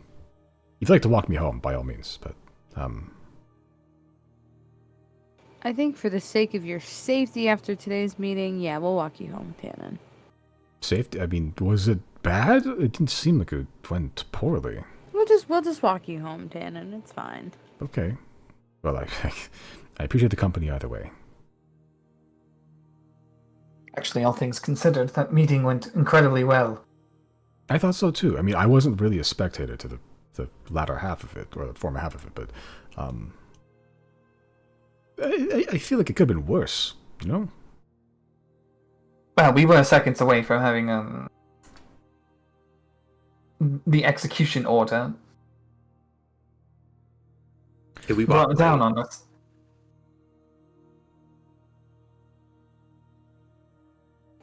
I would like to do something while they're walking and talking to Tannen. What would you like to do? Could It's kind of a big something. Okay. Chris, what were you saying? I just want to say, like, as we're like walking towards his house, if we could go, just sort of like a small detour past the burning building with that had the tongue dimension in it. Okay, so you want to kind of loop around to the cloud docks around there. Yeah. Okay. Cool. So you begin to make your way there. Zero, what were you trying to do as you're walking? As they're walking, talking. I'm gonna sneak away as they're walking and talking, and I would like to teleport directly to Tannen's office. Okay. Make a stealth check. Not that you need to, but let's try anyway.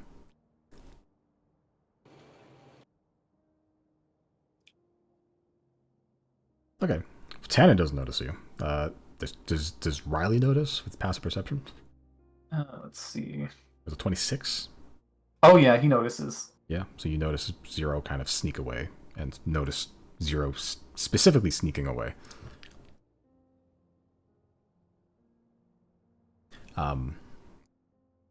Yeah, Zero does so unless unless Riley interjects for some reason.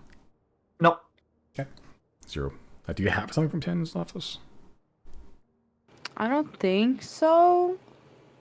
I feel like I do, but I don't think I ever. I don't remember anything in my inventory, so I'm just gonna go ahead and say no. Okay. You've been there. I wouldn't call it very familiar, but you have been there more than once for sure. Yeah, I've been here at least like 3 times, I think. Yeah, so I'll say that's seen casually, which is better chances than viewed once. Roll the 100 for me.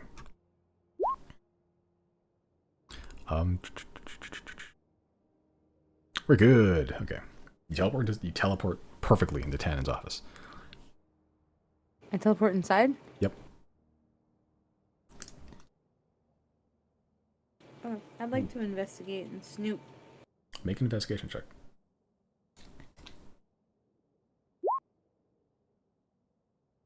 Okay.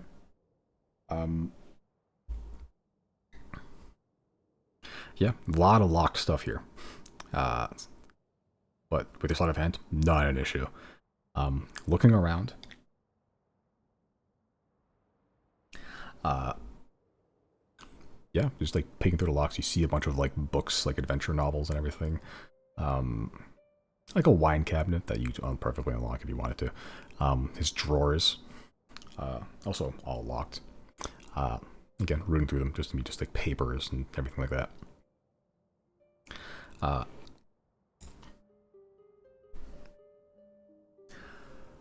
An investigation check.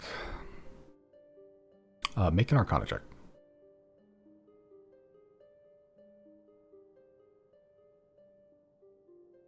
Okay.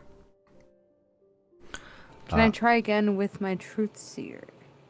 Sure. The Truth Seer charge? Okay.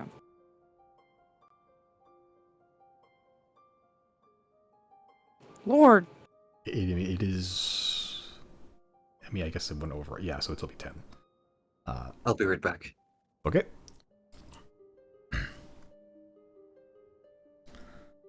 Yeah, you're just kind of rooting through around and everything. There is a spot underneath the desk. It doesn't really feel like anything to you. It's just like it's just under the carpet. But you're a rogue.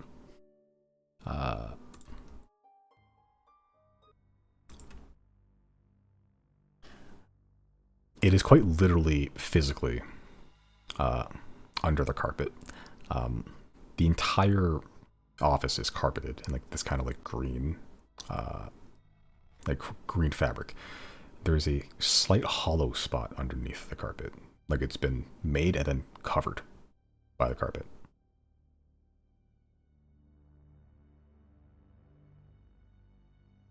I would like to investigate that. Sure, investigation check. There is a hollow spot. You can cut it open if you'd like to, just to reveal whatever it is.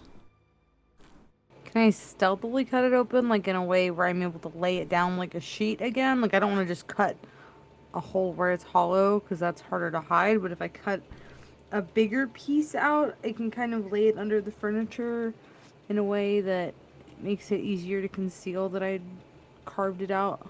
Make a dexterity check, just raw dexterity, to see how fine of a cut you can make. Not bad. Okay. You begin to cut out a section around this, around the carpet. Like a flap to just kind of open it up. You can lay it down again. The seam will be perfect, but it's fine enough cut that if he doesn't like kick it or open or anything, then it's not going to be revealed. There is a small little trap door. To call it a trap door is actually generous. It's not that big. But there's a lock on it. It's just kind of somewhat recessed into the floor itself. I would like to investigate the lock. Sure. Make an investigation check. Or a sleight of hand. Up to you. Or thieves' tools, whatever. Okay. Sleight of hand. You put your hands into the lock. Teeth. Mouth. Tongue. Hell. Heaven. Realms. Familiar to you. Not the realms inside the lock. The feeling of the lock. It's a mishmash. One you felt before. But you are wary this time.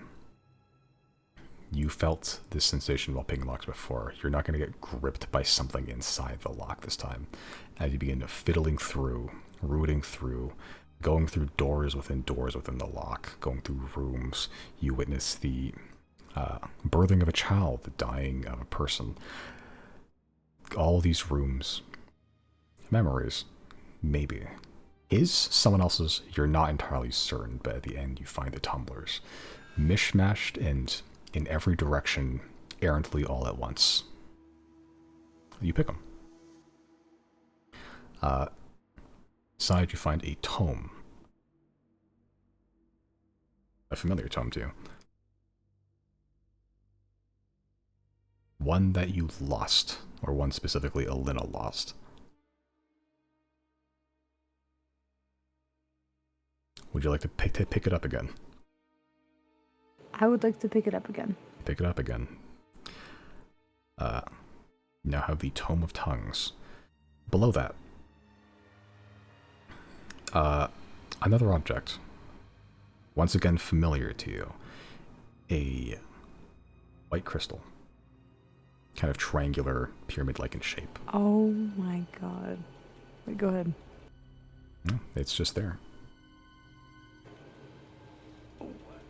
A white you said familiar? Mm-hmm. Like an apotheosis vessel white crystal? Looks damn familiar. I take it. Take it. You put your hand on the apotheosis vessel.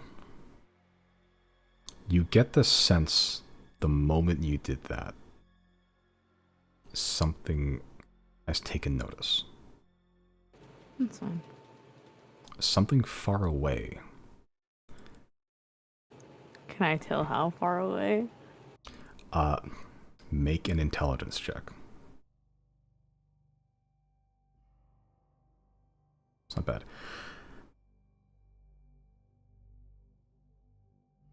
Whatever is connected to this apotheosis vessel is so far away, you're not entirely sure it's actually on the world. It is just an attention that's somewhere out in the universe that has just grasped you.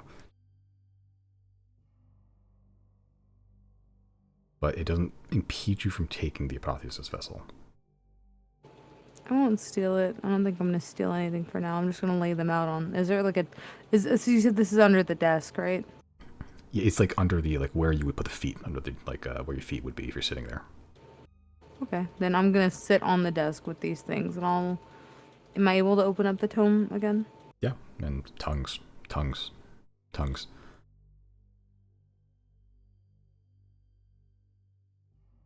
I would like to do the thing that we do when we return our apotheosis vessels to normal, but with the tome. Like, I know this is not.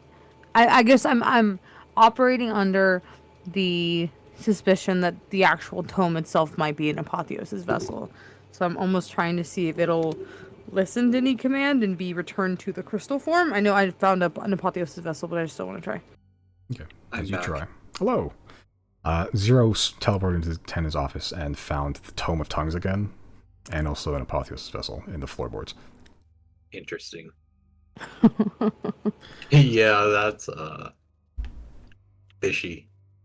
I think this guy's a god. I also thought about the problem a little bit too, No problem. like the memory thing. Oh, I see. Well, you guys are on your way here, so we'll see how it goes. They're on the way to the burned house, and then back to Dennis' house. Oh. He doesn't live at the office. But Oh, he's not coming to the office. I don't know why I assumed he had an apartment here or something. no, he lives in the district, but he doesn't live in the office. He lives pretty close to the burned place, actually. Yeah, it could be like 10 minutes walk or something like that. Yeah, you try to return the Tome of Tongues back to its quote-unquote original form, but nothing seems to take. You were told that the Tome of Tongues, at least according to what Elena said, this is a like purpose-built artifact connected to a god of some kind, like affiliated with a god. Like not dissimilar to like the orb, the scrying eye before you gave it back to Elena. Like it's just a magical item that just exists in the world that is associated with a god.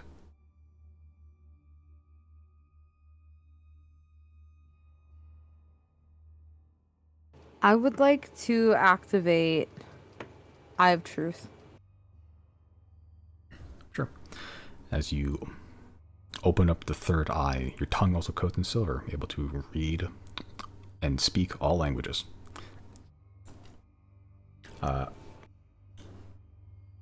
Looking around, the tome looks a little different. Not much different. It used to be just like this brown leather gray, like leather-bound tome. In Eye of Truth, it's just this slate gray, featureless, textureless. Not sure why. The pages inside look the same. It's just the exterior is like even the exterior has to lie about what it looks like.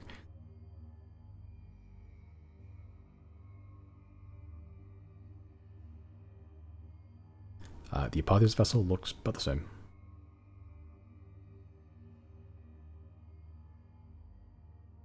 I'm going to pick my head up and look at the room. Does the room look normal? Yeah. There's no illusions here. There's no guy just standing in the corner staring at you invisibly. The room actually just seems to be physically, genuinely just a room, as far as you're able to tell. I'm going to speak out loud and I'm just going to say the words, beware the silver tongue. Nothing seems to happen in this room. The room here does just seem like a room. I will look at the room again and I'll just say kitchen. Seems just still an office.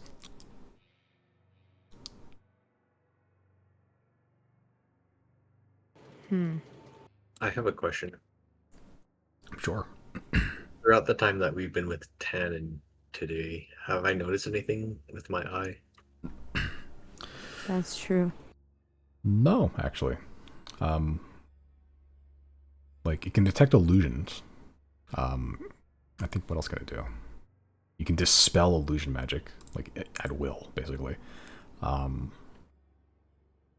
But he's not, if you did it, the eye wasn't able to, to pick up that he's under, like, a disguised self thing or anything like that, you're able to see Mondo's true form because the illusion he has over him is just an illusion. It is just, like, a cover over his actual body. Like, you've touched Hen and Lorg. He gave you a lock of his hair. Like, his body seems to be like a physical body. This is an actual body. Mm-hmm.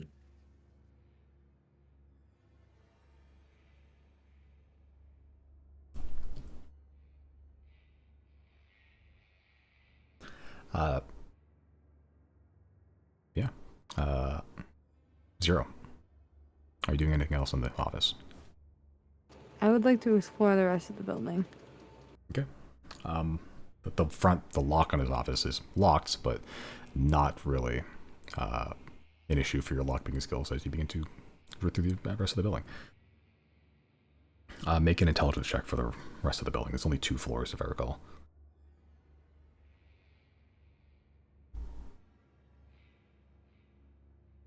Is it intelligence or investigation? Sorry. Investigation. Investigation, sorry.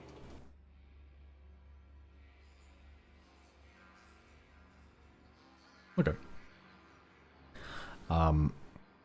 Yeah, just going through the office. You're pretty certain that the rest of the office, I don't think there's even a basement here.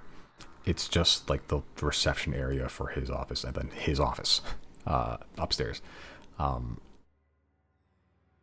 And for the most part, he has like one secretary down here, and then that's him. Like, there's no other staff here other than just those two. She's not here right now. And going through the stuff, her stuff seems to be legit. Just a lot of economy, logistical stuff. The rest of the office seems pretty mundane. Even his normal office seems pretty mundane, except for specifically one spot that is incredibly suspect. What's that? The thing where you found the tome in. Oh, okay, sorry, okay. That there is no reason for that to be there. I have a question. Sure. So the feeling I got when I touched the Apotheosis vessel, you said I felt like something was aware of me. Was that the same feeling I had back in the burned house when I think I also was touching things there, and at some point I became aware of something being aware of me. I think it was when I got into the locked room downstairs. Yeah. It is similar. Now that you're thinking about it, it is similar. There is something slightly different. This was, while you were there, it was a grander in scale. In the office. While you're at the house, it was kind of localized. Like, the chill you felt like while you're in the house, there's something aware that you're in the house. When you touched the Apotheosis vessel, something in the world felt like it was just aware of you now. Like, you specifically. Not you in a house, not like an alarm got tripped and now there's someone in a location. This feeling felt like it was focusing specifically, wholly on you in that moment.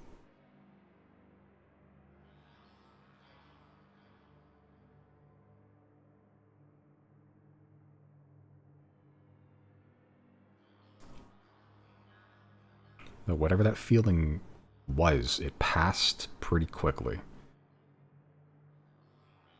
But it was there.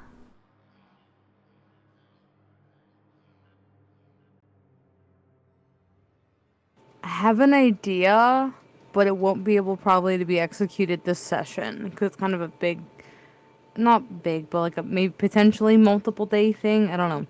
It's not that extensive, but it's like, okay, if I take the tome again and we have somebody trail Tannen, at some point, Tannen is going to have to reset to whoever he really is underneath all that, okay? And I think when he resets and he remembers who he really is, the Silver Tongue, that is when he's able to resummon his book to himself. It's very similar to, I think Truthseer has some features like that too, where like if I'm on the same plane as it and I like lose it, or if I use it for like surveillance, I can summon it back to me if like I have a book in my hand or something. It's something similar to that. So I'm saying all that to say that I think Zero would have some knowledge of how things like that how they work a little bit in terms of like being able to recall a magic item to yourself when that is like your thing, right?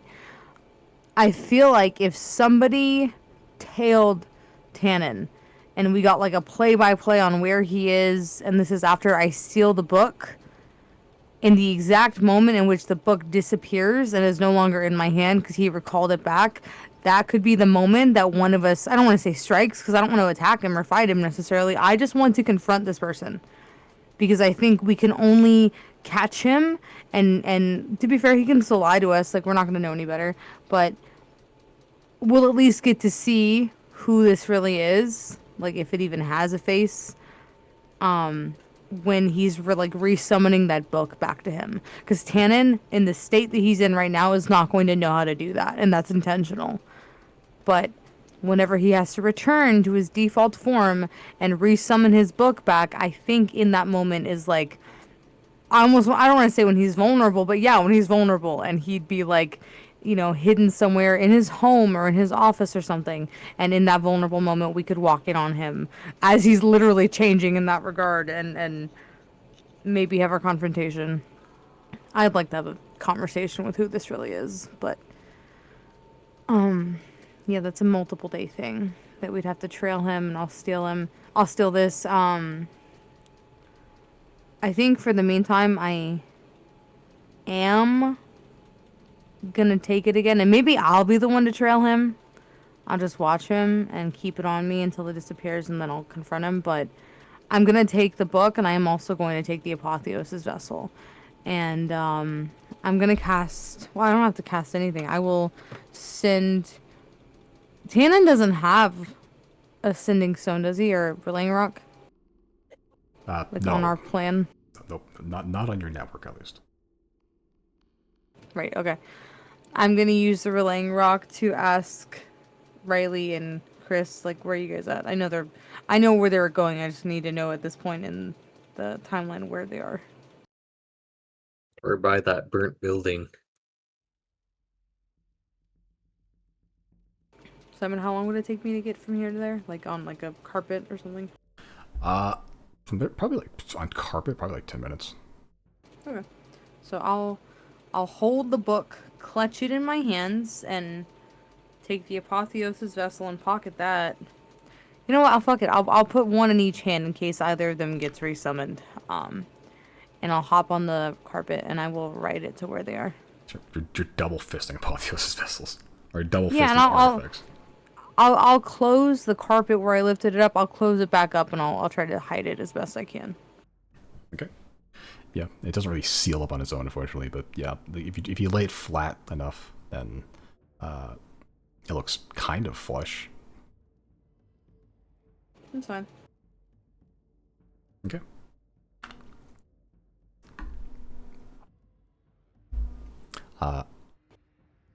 Also, follow-up question. I've been in this office before. Is that carpet new?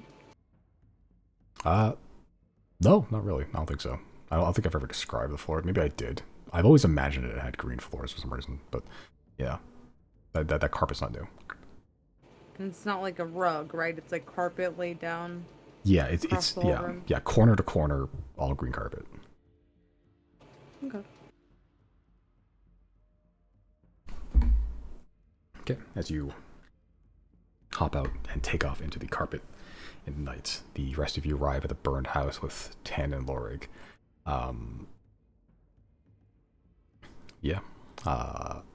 As Zero trails through the night with more evidence of something going on with him. We will pick it up from there next time. Sounds good.